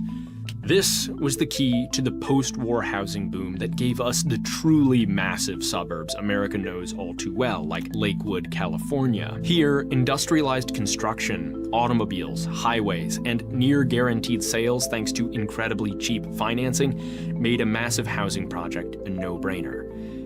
And see, this is during the time that black people got caught up in this black capitalism shit, to where now at this point, black people are able to buy homes pretty much wherever they want to, but they were still being discriminated against.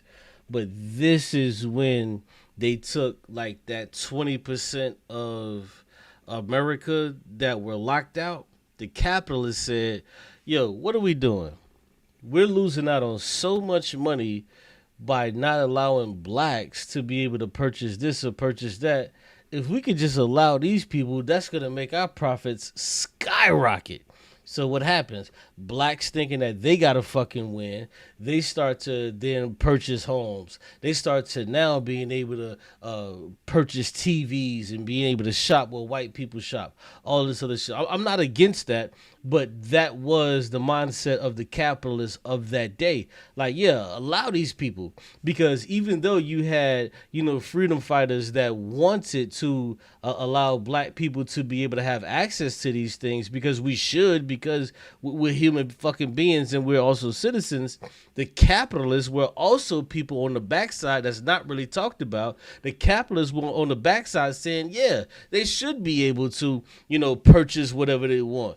Oh, you want a dishwasher? You want this? You want a new refrigerator? You want a new stove, a new range? Yeah, we'll sell it to you. So the capitalists were licking their chops and like, yeah, let's get the blacks to where, they work too. Their money spends too.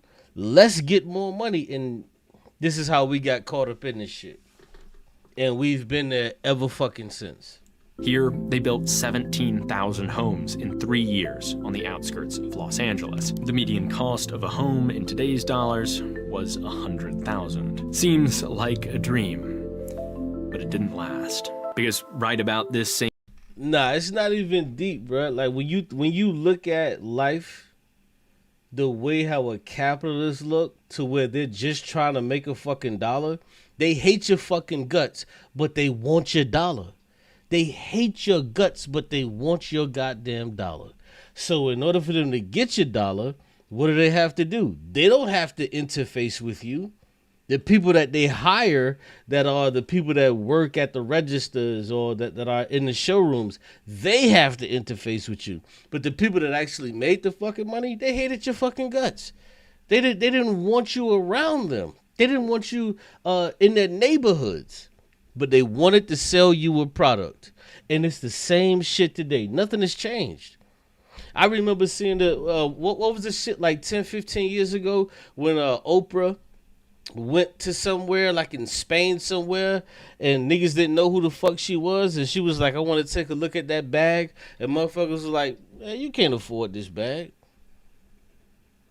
Racism didn't stop. It's the same shit. She could have bought the fucking store out if she wanted to. This is Oprah who we talking about. She could have bought the store out. Racism doesn't stop because they allow you into the fucking store. Racism is just there because they hate you. Yeah, they're gonna allow you into their fucking store. Like, get out, come on. Same time, Los Angeles County implemented new zoning rules that set minimum lot sizes at 5,000 square feet and restricted huge areas to single-family construction. And LA wasn't alone. Between 1940 and 1970, minimum lot size rules and single-family zoning exploded across the country. This is really important, because if lots had to be a certain size and could only hold one unit of housing, that increased the minimum cost of a home. No matter how small you built, the land expense stayed the same, so to make money, builds had to get bigger to justify higher sale prices to turn a profit. This price floor effectively outlawed cheaper homes, which was actually the point. It helped places like Lakewood, which was 99% white in 1960, stop poor minorities from buying homes in their neighborhoods, effectively creating an apartheid housing. Exactly. So what white people said is, yeah, we're going to build homes to where you motherfuckers could live at, but we're going to build bigger homes to where you can't fucking afford, to where you don't have to live next to us. White flight. Like, all of this shit, bro, when it comes to America, all of this was deliberate, bro. They did all of this stuff systemically and deliberate to try to keep motherfucking niggas out. And this is why I don't understand people don't want to try to figure out why this shit happened to their ancestors. To me, it boggles my mind. Me personally, it boggles my mind. Maybe you don't want to understand why this happened to your ancestors, but do you at least want to figure out why you have to deal with the fucking vestiges of it? You don't even understand the vestiges of it, and you don't even want to understand the vestiges of why this shit still affects you today. And what's so sad about that is that it's a double-edged sword. So white people did this shit to keep black people out, and then the shit turned on them to where now it's gotten so fucking expensive to where now white people can't even get in the shit. Now white people can't even move into these goddamn neighborhoods. Once upon a time, they was trying to make sure that black people didn't get in, but due to their racism, they rose the prices so fucking high that now white people can't even be up in there. Bro, racism it's a plague, bro. System. By 1970, the median home climbed to 1,500 square feet, with the price following suit, reaching $140,000. This was the dangerous scenario foreshadowed in the 1920s. Zoning was getting more restrictive, prices were climbing, but crisis was still averted or covered up by increasingly generous financing, subsidizing increasingly unaffordable homes. Building codes, too, were about to get much worse. Thanks to suburbs, highways, and cars, cities like Los Angeles were increasingly choked in smog. Awareness was growing that construction and home building were causing huge environmental damage, so activists formed groups and demanded legislation to protect the environment. And in 1970, they secured what seemed like big wins. But I didn't want to add to the smog.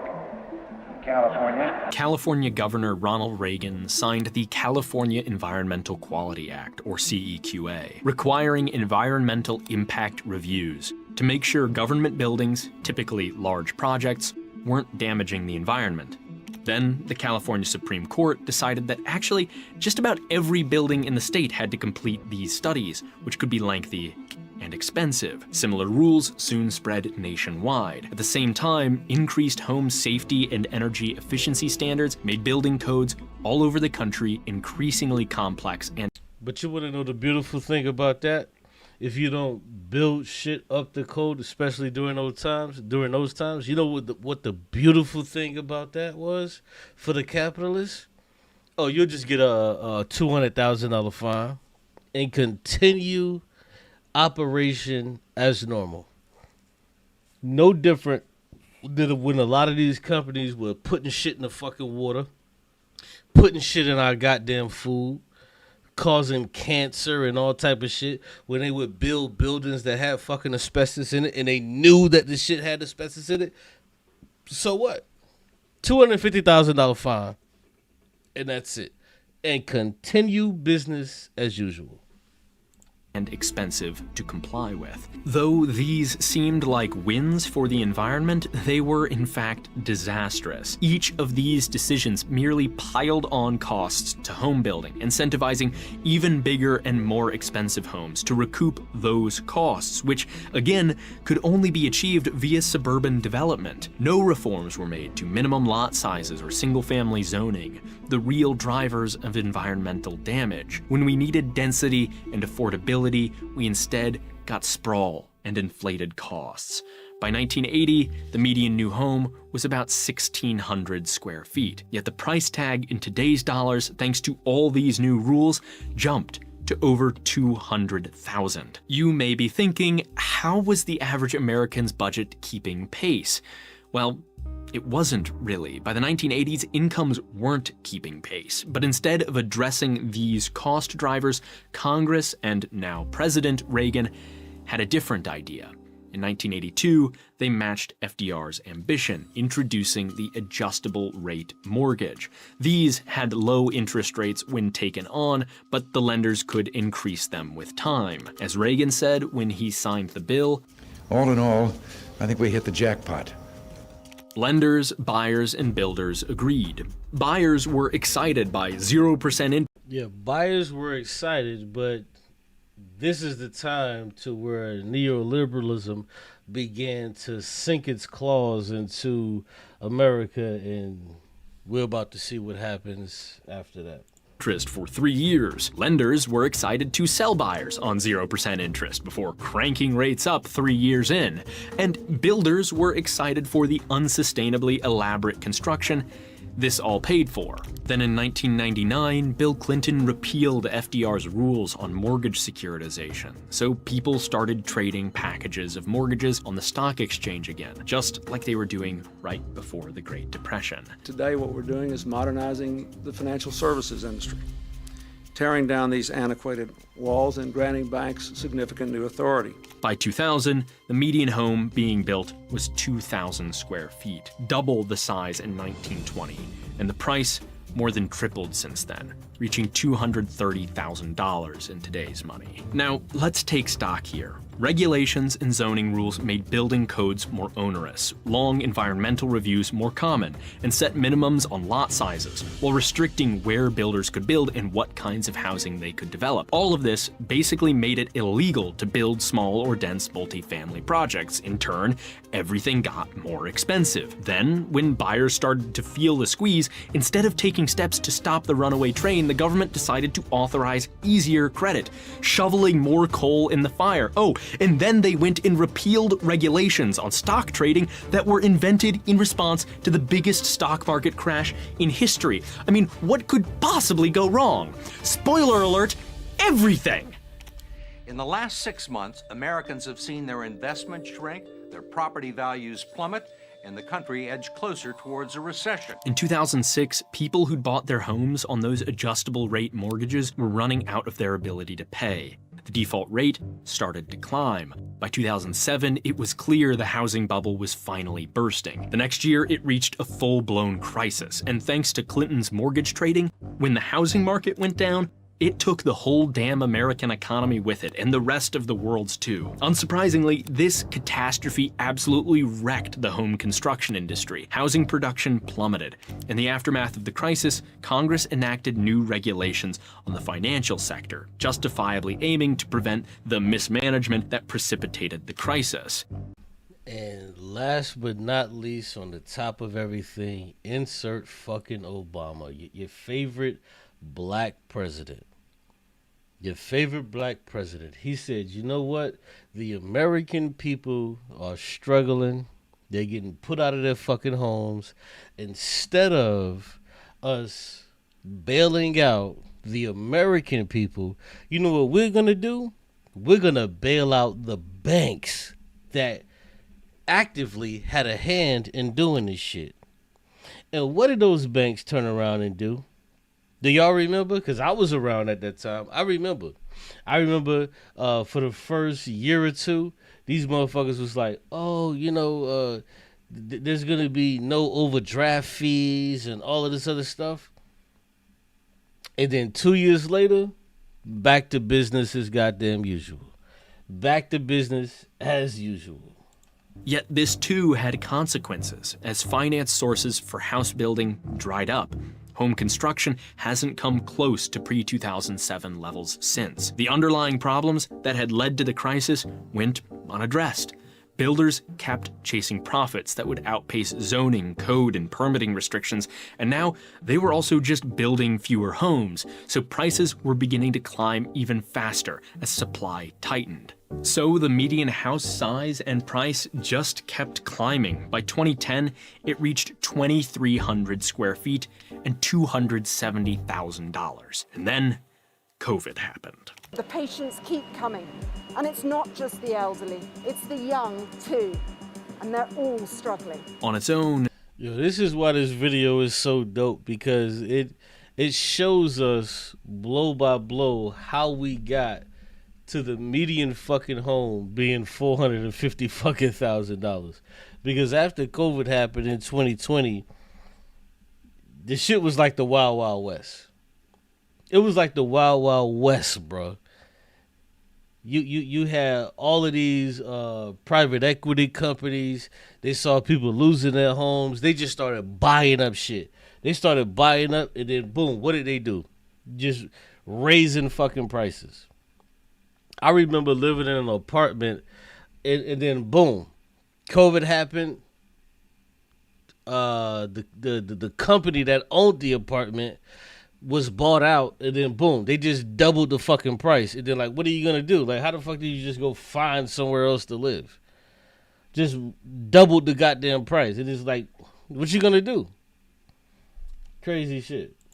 This actually brought a brief dip in home prices as the economy shut down, spending tightened, and demand shrank. But as the pandemic waned and spending resurged, the global economy was slow to spin back up, breaking supply chains and driving up inflation, especially in vital construction materials. Home prices went right back up. Even worse, this inflation pushed the US Federal Reserve to raise interest rates to reduce lending, spending, and further inflation. This, by design, drove up rates on all kinds of loans, including mortgages, forcing prospective buyers out of the market. Thanks to this suppressed demand, already lagging post-2008 home construction rates slowed further. And in case that wasn't enough for our fragile housing market, our current president, a former real estate tycoon, has levied unconstitutional taxes to smother the economy with massive tariffs on imported goods, again, including essential construction. So let's just take a look. So we have all of these different taxes. If we look here on the left, we have all of these taxes on the land, the construction, it being a single family dwelling instead of mixed use, environmental, safety codes, energy codes, finance rules, scarcity, inflation, and then now Donald Trump comes in and introduces fucking tariffs. So now, even to make these fucking homes, there's tariffs on the shit to make it even more goddamn expensive. Like, this shit is crazy when you look at the housing market from this perspective, and you see where it went from where our great-grandparents would get an $80,000 home, and you can say, well, yeah, we're making way more money than they ever made. But our dollar is not going as far as their dollar went because we have to deal with all of this extra shit. There's so many other things that they never had to deal with. Materials. And instead of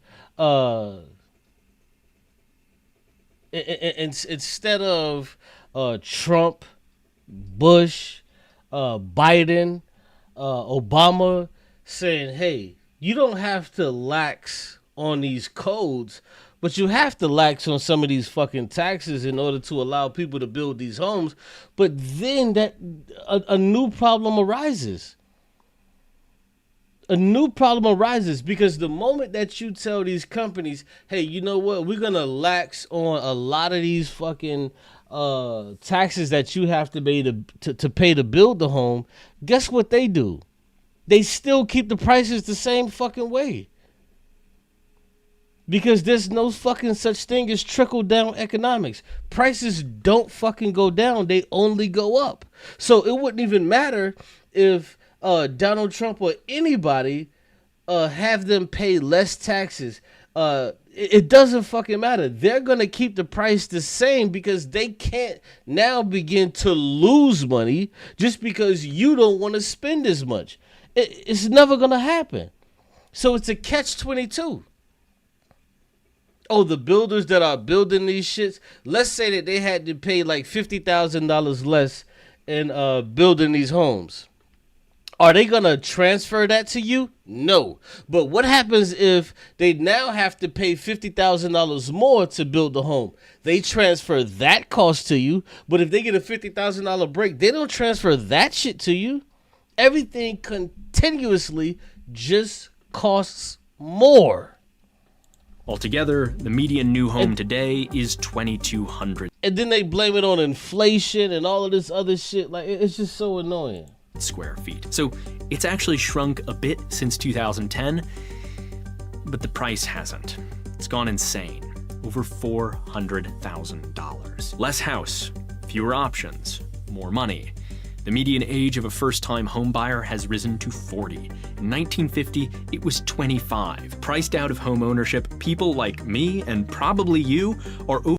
Hold on, I want to make sure y'all hear that. The median age of a person that bought a home in the 70s was 25.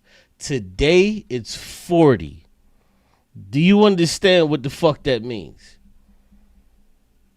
In the 70s, it was 25. Today, it's 40. So if you just out of college, it's you and your girl, nigga, you finna be renting for about 15, 20 years until you can get you a crib. And the only reason why it's 40 and not really fucking 50, like when you think about it, the majority of motherfuckers that's actually buying these homes is motherfuckers that already have homes and they have this discretionary income to where they can go purchase. Like that's what's like driving this shit. There's so many things, bro. There's so many things that are going on. Overcrowded in the rental market, which has itself become ridiculously expensive, thanks to the surging demand and limited supply on account of the same zoning restrictions, building codes, and material costs that have destroyed. Right, and then insert Kamala Harris to it. She's talking about, yeah, we need to build like 10 million more fucking homes. Okay, well, what happens when we build 10 more million fucking homes? What's gonna be the difference? What the fuck is gonna be the difference? These motherfuckers is still finna be $400,000. That's just what it is. But the true cost of these fucking houses it doesn't cost these motherfuckers this shit. This is why when you look at places like China, you look at places like Japan, and they don't look at their home market as a market to where, okay, how can we make money off of this shit? No. The government controls that shit and doesn't allow these motherfuckers to just make money hand over fist. They don't have homes or housing as a human right, but they have so much control over it to the point to where you're not going to be spending no fucking $400,000 for a goddamn home. And secondly, wherever your fucking home is doesn't influence the type of education your fucking children gets. Like, it's just like we just live in such a fucking dystopian place. Like I was telling the brother on the last stream, like a utopia doesn't fucking exist, but the dystopia, it does exist. It's right here in America. The housing market. Moreover, these cost drivers aren't just being ignored, they are actively encouraged. Trump has repeatedly campaigned as a defender of suburbia and single-family zoning, while lately he's proposed a new 50-year mortgage. Great idea. That'll solve it. So, where do we... Yeah, a 50-year mortgage to where you have to pay $700-800 a month. Whoop-de-doo. For 50 fucking years? You're paying double for the fucking home. You end up paying $1 million fucking dollars for a goddamn $400,000 house. over the course. Like, it's just, I don't know, bro. We go from here. Well, if this history has taught us anything, it's that we have to axe the minimum lot sizes, reduce single-family zoning, be judicious with environmental reviews, streamline compliance with safety and energy codes, free up investment to build more homes, and quit the stupid inflationary tariffs. In short, we have to make building cheaper. And my thing, bruh, inflation is a myth. I'm gonna be honest, bruh. I've been actively researching this shit. I think inflation is a myth, bro. Because when I look at my grandmother, my great grandmother, if they paid 20 cents for a goddamn hamburger, why the fuck am I now paying $4 and $5 and $6 for a hamburger? It's not totally a myth, but the way how this shit is working, bro, like there's something to that made me want to delve into research inflation, bro. Because I'm trying to figure out, bro. Because I remember my grandmother used to tell me, oh yeah, man, Burger King, we used to go get Whoppers for like 50 cents. Now, if you want to go get a Whopper for Burger King, that shit is like $7-8 fucking dollars. I'm like, how the fuck just in my lifetime, the shit went from 50 cents to like $6-7? There has to be something that's causing this shit. What the fuck is causing it? Bro, this shit used to rack my brain, bro. I used to have dreams about this shit. Why the fuck is this the case? Why is it my grandmother was able to pay, like y'all saw those old McDonald's billboards and shit to where you can get a burger for 15 cents. No, you can get a cheeseburger for 15 cents, but you can get a burger for 10 cents. Why the fuck did that change? Why the fuck did that change? Like what caused that? I'm telling you, bro, I've been looking into this shit. This goddamn inflation shit, bro, it's a myth, bro. Like, it's not totally a myth. Don't get me twisted or wrong. But there's a lot of mythology that surrounded it, dog. Because you could take $10, bro, and you could go over to China, Cambodia, or wherever the fuck, and you can feed a whole goddamn family. But over here, all you can get is a burger and fries. You can't even get the drink with the bitch. And I'm trying to figure out what the hell caused this to be the way that it is. And I'm just sitting back. I'm like, how, my nigga? Like, look at this shit, bro. Let me see.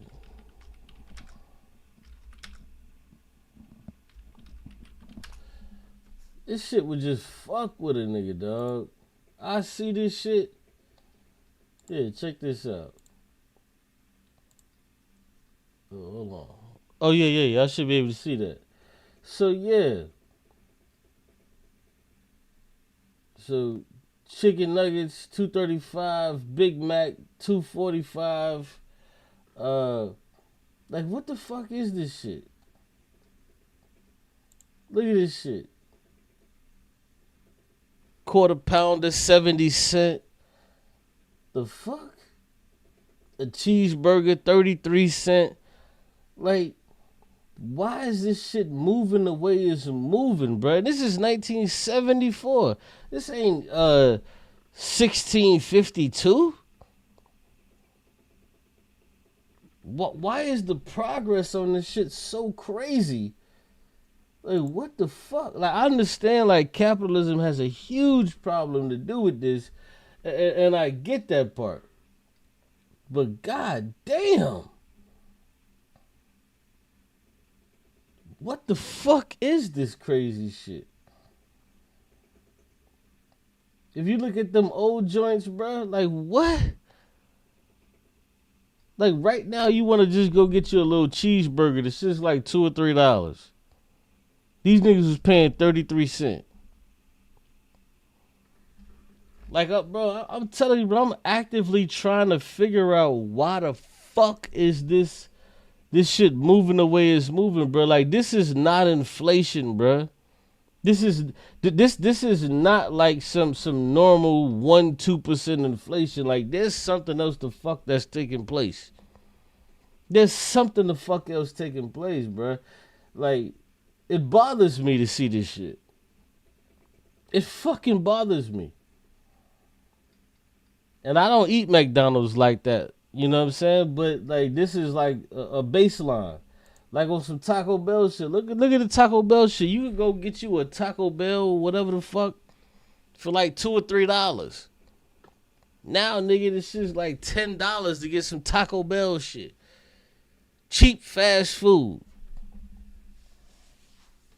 Yeah, I don't know, bro. Like, this shit fucks with me. Niggas don't even got the dollar menu no more. You go to the shit, try to get you something, and you looking for the dollar menu, that shit is non-existent. Niggas like, dollar who? Dollar what? You don't get the fuck out my face talking to me about a dollar menu? Shit wild, bro. This shit wild. I'm like, man, what the fuck? Niggas paying 30 and 40 cents for a cheeseburger. Now this shit 2 or 3. Man, what the fuck? Yeah, crazy shit, man. But yeah. Yeah, I wanted to play that video after I played this video because, you know, the brother made sense in this video about the two incomes, but it dovetailed perfectly when you actually look at how America just outlawed the affordable home. Like, affordable housing just doesn't fucking truly exist. Like, it just doesn't truly exist. So I say that to say this: even if you have a one person working or 2 people working, nigga, you still finna be. This is why 70% of people live paycheck to paycheck, because no matter what the fuck they do, they run into a goddamn system that's attempting to hold them back. Like, this is just what the fuck it is, bro. But on a lighter note, for some of my other followers, you know, I appreciate all of my followers that fuck with the economics portion. But let's get into the Christian shit, because I know I do have I don't know how big the following is, but niggas love to hear me talk about Christianity and, you know, kind of bang on religion. So let's bang on religion a little bit just to kind of ease the pain. Are y'all with me?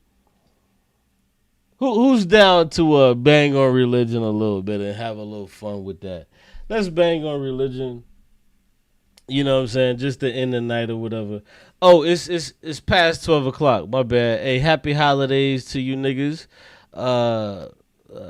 Merry Christmas and all of that. You know, Merry Christmas. Sorry, I apologize. But yeah, Santa came down and he said, "Send Qube a cash out." But nah. But yeah. So you know, the economic shit is cool. That's what I prefer. But we can end the night with some religious shit, you know. Let's have fun with this. We can all agree, you know, on this for the most part. How are you? I'm doing good, thank you for asking. Sarah, are you at least 18 and are you a believer? Well, let me say this real quick. Oh, that nigga say I got cold this year. You got that nigga say I got a lump of cold. Nah, I will say this, man. This brother right here, man, this white boy, I've been checking him out, man. He been cooking these motherfucking Christians for a minute. I just never knew about him. But he been cooking these motherfuckers for a while. I forget his name, but he's dope with it. I'll drop the link so y'all can check him if y'all want to check him out and subscribe to his channel. Well, yeah, this should be funny as fuck. But let's go. Yes and yes. Cool. And what God do you believe in? I'm Christian. All right. And what would be the most convincing evidence or argument for the Christian God being real? See, I don't really know how to answer that question because I feel like what you're asking is evidence that I can't really give. Like there isn't like actual proof like with science. And I can recognize that. I can say that where I think a lot of other Christians feel uncomfortable saying that, but I don't have proof in the way that you're really asking. You know, I just have to say this. I'm sorry, I have to say this. You know, some of these white motherfuckers, they'll just come out and tell you, man, I can't prove it, you know, scientifically. But a fucking nigga, like take one of these snort god weird motherfuckers like what's that weirdo nigga name, the old nigga? I can prove God. He spoke to me and all of this other fucking stupid. It's like the nigga ain't speak to you, bro. That shit went out in the 80s. We stopped believing that. But it's like, yo, it's crazy. Like these niggas that tell you God spoke to them, like niggas, bro. God spoke to me. Apostle. God spoke to me. I had a wedgie and I farted and God told me to pull more. Like, nigga, bro. You're lying, nigga. God damn. This is what I respect about you know, the white creationists or whatever. They'll tell you, man, I can't prove this shit. I just believe this stupid ass shit. I just fucking believe it. Me personally, there's no reason for me to even argue with you from that point. But these niggas here, these motherfuckers, they want to argue you down. God spoke to me and he told me, nigga, you ain't shit, or whatever the fuck the case. But let's listen and have some fun. Asking. I think that's honest, at least, right? So then, if there's no like tangible evidence, then what would be like one reason why somebody who doesn't believe in this God would be compelled to believe in him? Well, I think that it's not just a physical, tangible proof. There's a spiritual world that Christianity points to, and that's what I believe in. They all go to the spiritual world. They all go there. It's a spiritual thing. And then when you ask them, well, what the fuck does spiritual mean? Then they just give you some other extra made up shit. So, like, you can never win with these people for real, but let's go. And because it's spiritual, it's not physical, I can't use physical means to prove a spiritual world. Right, but why would I even believe in a spiritual world? Why would you? Yeah. I don't know. I feel like that there's kind of something like that drives people to want to know the meaning of life. I don't disagree with you, but I don't. But what would make you think that believing in spirituality would get me to believe in and understanding the meaning of life?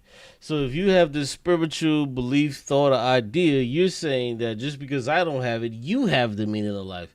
So now we have to ask you, well, what the fuck is the meaning of life? Then they give you just some other bullshit.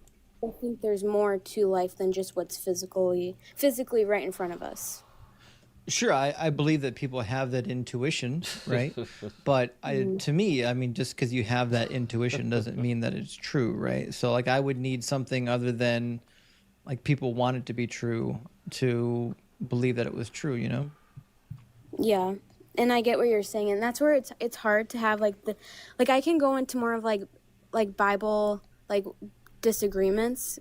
Sure. But I will say this, I like how he's handling her with kid gloves because she seems to be respectful. Some of these other theists who are disrespectful, man, slam dunk on their ass. Fuck them. A little bit easier than this question, if I'm being honest, because I don't know how to answer that, because I don't know why someone should believe in spirituality, because there how do you really isn't explain an to answer. someone There is and no tell answer. someone that they should? Right, I agree. Like, I don't know. Like, I'm just being honest. I think that's a good position to be in. I mean, and the reality is the position that you're being honest with is probably the right position. I had a teacher that I always admired in high school. And when we asked her about, you know, how do we demonstrate the validity of these things that we believe, she's like, well, you can't. It's not a fact. It's a faith. You either believe it or you don't. And so she said, you'll never be able to prove it. And to this day, I still think she's right. I think it's a faith, not a fact, right? But that being said, I personally want to live my life on what I believe is true, and I don't think faith gets you to truth. But I do believe that the Bible is one good reason, even if you believe in a God, is one good reason to not believe in the biblical God. Yeah, I was gonna say that if he didn't say it. I believe the Bible is the one reason that you shouldn't have faith in God. If you don't have any other reason to not believe in God, the Bible is the one reason that you shouldn't believe in God. If you just read that shit and have any kind of compassion whatsoever, the Bible is the reason why you shouldn't believe in God. So, for example, when I see what's in the Bible, I see lots of things that are just factually untrue, right? So, for example, we have like nonsense verses about rabbits and rock badgers chewing cud. They don't. They can't even regurgitate. They lack the ability. We have verses about how the sun stood still, which like physically wouldn't happen. The earth would destroy itself if the sun just randomly stopped, spinning, or we stopped orbiting the sun. That would be complete nonsense. Or we stopped spinning on our axis, right? So like we have like, and also it's pretty clear that the Bible thinks the earth is flat with a dome over top of it, right? So like when I see this stuff in the Bible, my first thing that comes to my mind is, well, this was clearly written by people who they thought they knew how things worked and they were just wrong. Right. And could some of these things in the Bible not always be literal? They could be. No. These particular things are literal. They make it out as such. When Joshua said the sun stood still, that was literal. That was not some kind of copious book. No, it. So according to him, it stood still. Which we know that these things can't fucking happen. The earth is moving through space at thousands of fucking miles an hour. It just can't stand still, and neither can the fucking sun. Like, it just can't happen. It's impossible for these things to happen. Maybe like a metaphor. So that's been the way that a lot of people have dealt with the Bible difficulties, is they'll say, well, it's not literal, it's a metaphor. But I think the problem we have is that like the New Testament treats them as though they're true, right? So if we got this nonsensical science in the Old Testament, it seems like the best way to deal with it is to wish it away by saying, well, it didn't really happen, it's all metaphor. And a lot of early church fathers did this. But the problem is, like, look at like Jesus and Paul, they believe it was true. Like even the book of Hebrews. The book of Hebrews talks about all these clean and unclean animals that God commanded you to eat. Okay, well, if he really did, if God really did give you a list of clean and unclean animals that told you what to eat and what not to eat, then it's weird that he would tell you to not eat rock badgers and rabbits because they chew cud when they don't actually chew cud. They make a motion with their mouth that looks a lot like other animals that chew cud.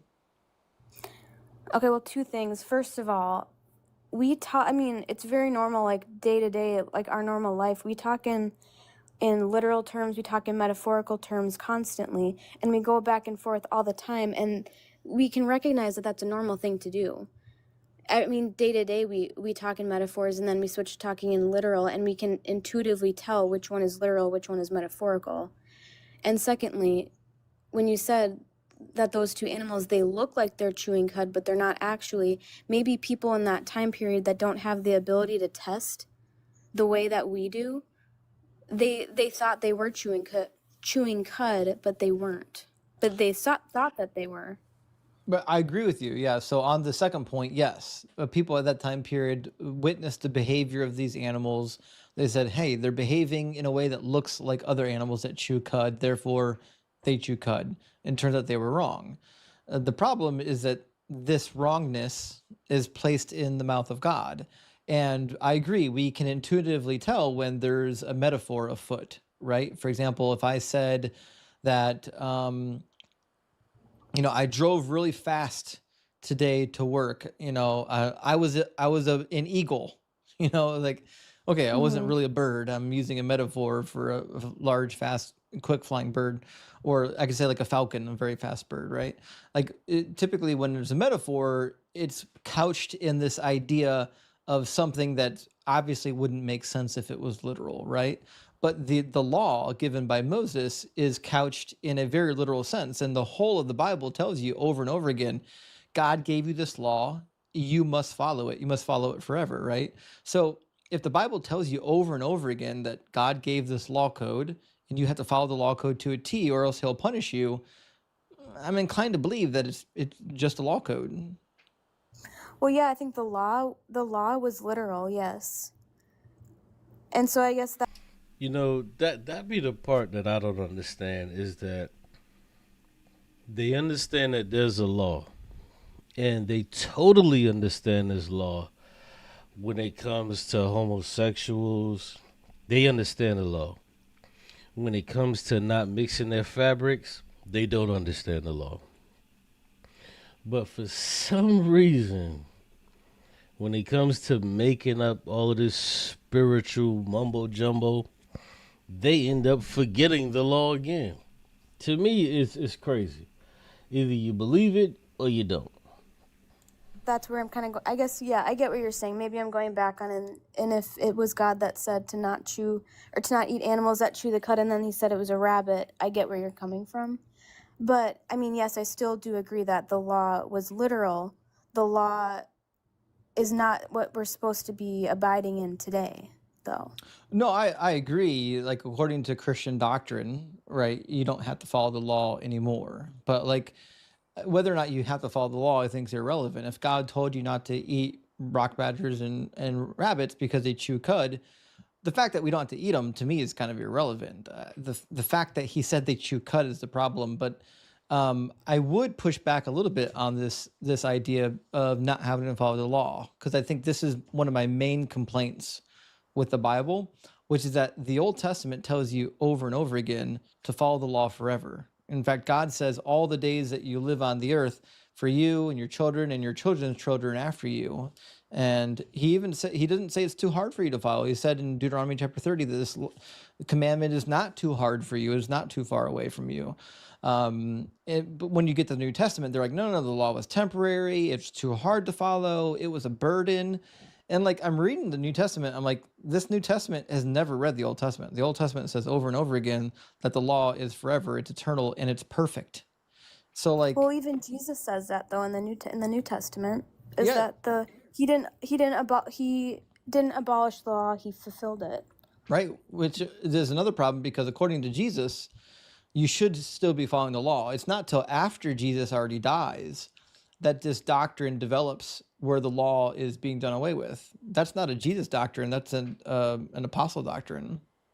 Well, to say, though, that there's a disconnect between what Jesus teaches and what Paul teaches, you're kind of ignoring the part where... So basically at this point, she's fighting for her life so she can not do the law.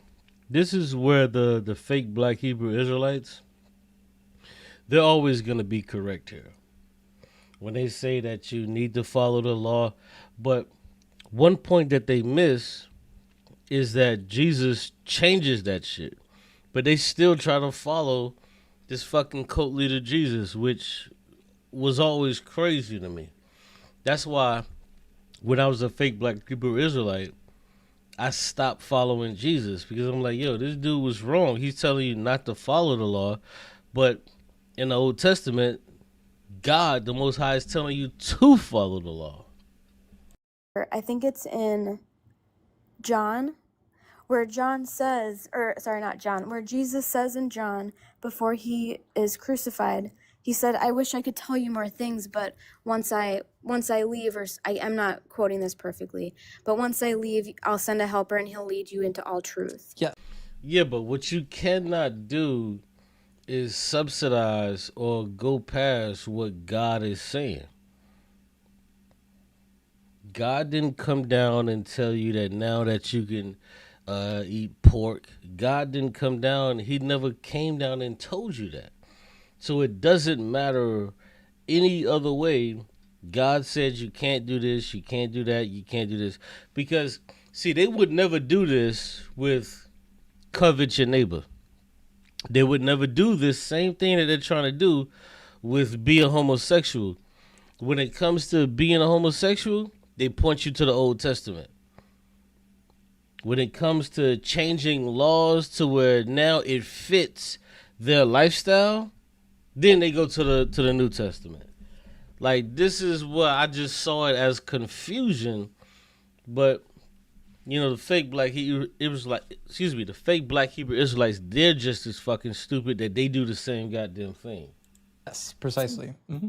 So that's saying then it's not necessarily Paul is just this random guy saying these things, but it's the Holy Spirit speaking through him, explaining further, and he's not necessarily negating what Jesus said, but he's adding to give us a clearer picture.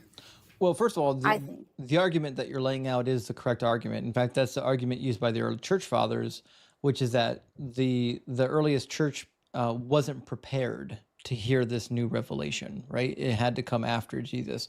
But to me, I think that's a contradiction of what Jesus actually says. Jesus says in Matthew 5, "Do not think that I have come to abolish the law or the prophets. I have come not to abolish, but to fulfill. For truly I tell you, until heaven and earth pass away, not one letter, not one stroke of a letter will pass away from the law until all is accomplished. Therefore, whoever breaks one of the least of these commandments and teaches others to do the same will be called least in the kingdom of heaven, and whoever does them and teaches them will be called great in the kingdom of heaven." So I've got the teachings of Yahweh in the Old Testament when he gave the law, saying, follow this law forever. Then I get the teachings of Jesus, where Jesus says, hey, if you teach people not to follow the law, like, you're going to be least in the kingdom of heaven. And then Jesus dies, and we get this whole new doctrine of no, the law was actually temporary. And so for me, I think, like, you have to, at some point, you have to recognize that there seems to be a problem here. Jesus says, until heaven and earth passes away. Heaven and earth didn't pass away yet. And I get what you're saying.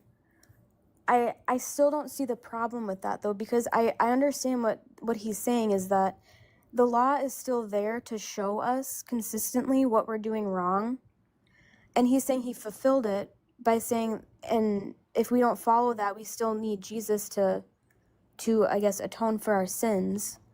And that's why he comes into place, is because we have him as that sacrifice, not that we have to sacrifice a goat or whatever. Sure, but should you be following the law? What is it? There's ceremonial, moral. What's the third one? Well, there's a third one, isn't there? Well, there's no division in the laws in the Bible, except for one in the New Testament. They make a division between all of the other laws and the dietary laws in the New Testament, but they don't. Other than that, that's the only division they ever make. Well, my understanding was that there's the ceremonial laws, and then there's the moral law being the Ten Commandments, which the moral law, the Ten Commandments, is still in place, but it's the ceremonial, and I'm blanking on the third one. Those two are no longer what we have to abide by. Unfortunately, that's not in the Bible, though. It doesn't say that anywhere. Hey, can I ask a question on that? Mm-hmm. They always do the same thing. Oh, well, we don't have to abide by this. We don't got to abide by that. Stop it. Do you know what Jesus said were the two greatest commandments? The love your God with all your heart, and treat your neighbor as you would to yourself. Mm-hmm. And are either of those in the Ten Commandments? I think they actually sum up the Ten Commandments. Right, but they are specific laws. Like They're specific laws, yes, but they also are kind of an umbrella to the Ten Commandments. Right, but so basically, she just made that up. So when he asked her the question, well, are they in the Ten Commandments? Well, it sums it up. She just made that up. They all do the same shit. This is why you can never get an honest answer out of Christians, because it's always going to be the same thing.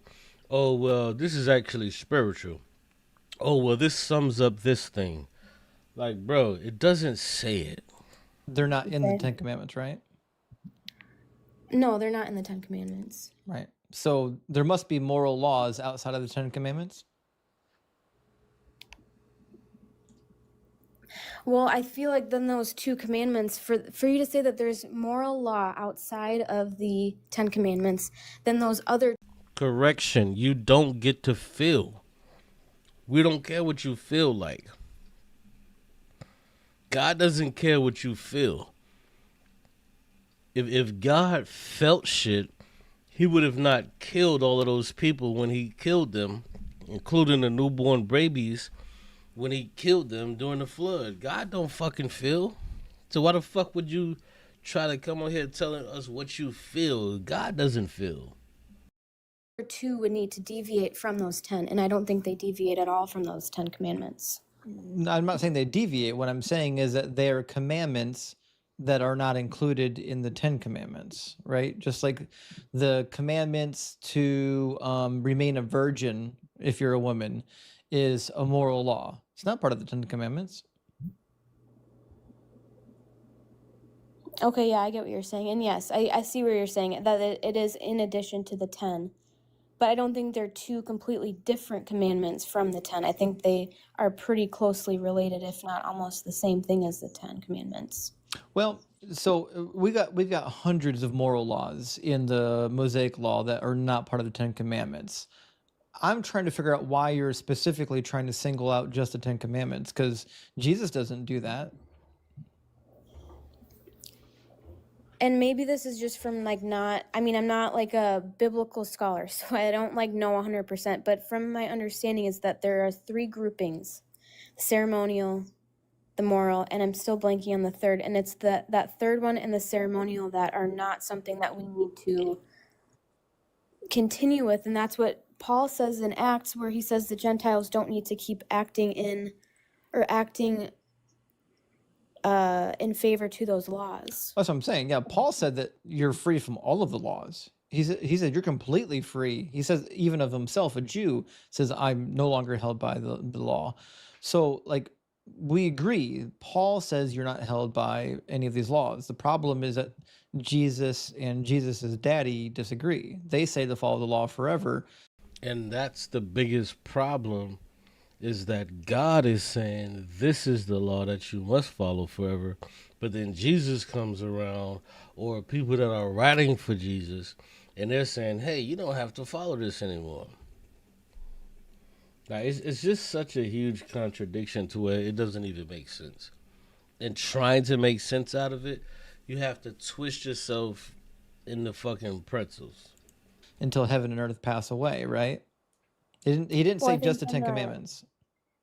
Well, then that kind of goes back on what I was saying, that it's not just Paul being some random guy saying this. It is still God speaking through Paul saying these things. No, he is some random guy because he isn't God. Contradiction. I don't know if it's a contradiction, though. What is? Because he says to follow the law forever. Deuteronomy 12:1 says, these are the statutes and ordinances that you must diligently observe in the land that the Lord, the God of your ancestors, has given you to occupy all the days that you live on the earth. Then he says in 28, be careful to obey all of these words that I command you today, so that it may go well with you and with your children after you forever, because you will be doing what is good and right in the sight of the Lord God. And even the Day of Atonement, Leviticus 16, he says this is a perpetual statute for you for all of your generations. And then don't you think Jesus amends that by saying that he fulfills those laws? No, Jesus doesn't have the ability to amend something that's supposed to be forever. It doesn't work like that. If there's supposed to be something that's supposed to reign forever, you don't just get some fucking dude that walks up with a cult follower and says, hey, you know what, let's just change this because I don't like it. No, that's not how it works. But I don't know. These motherfuckers is crazy.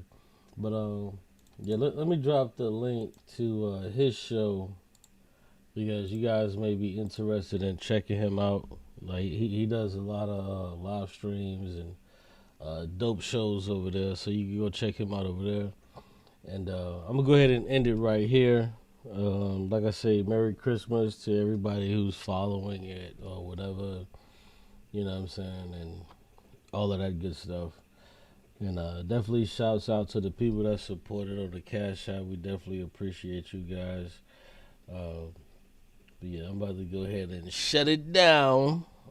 Shut it down to get ready for my Merry Christmas tomorrow. So I appreciate you guys. I don't know. Maybe I'll come back. Let me see. Maybe Friday. I don't know. Maybe Saturday. We'll figure something out. But there has to be something that's going to transpire that'll be talk worthy. You know, I'm trying to do my consistency thing, yo. Trying to, go live 4 or 5 times a week or whatever the case. Trying to do my consistency thing, but you already know. I don't want to work a job within the goddamn job, but it is what it is. We're gonna make it work. We're gonna make it happen. But I know you guys are here along for the ride, and we're just gonna gain more people because we're just gonna continue to gain more momentum. Listen, until next time, I appreciate y'all. Thanks for tuning in. Hit the like button on your way out, and we'll check y'all next time.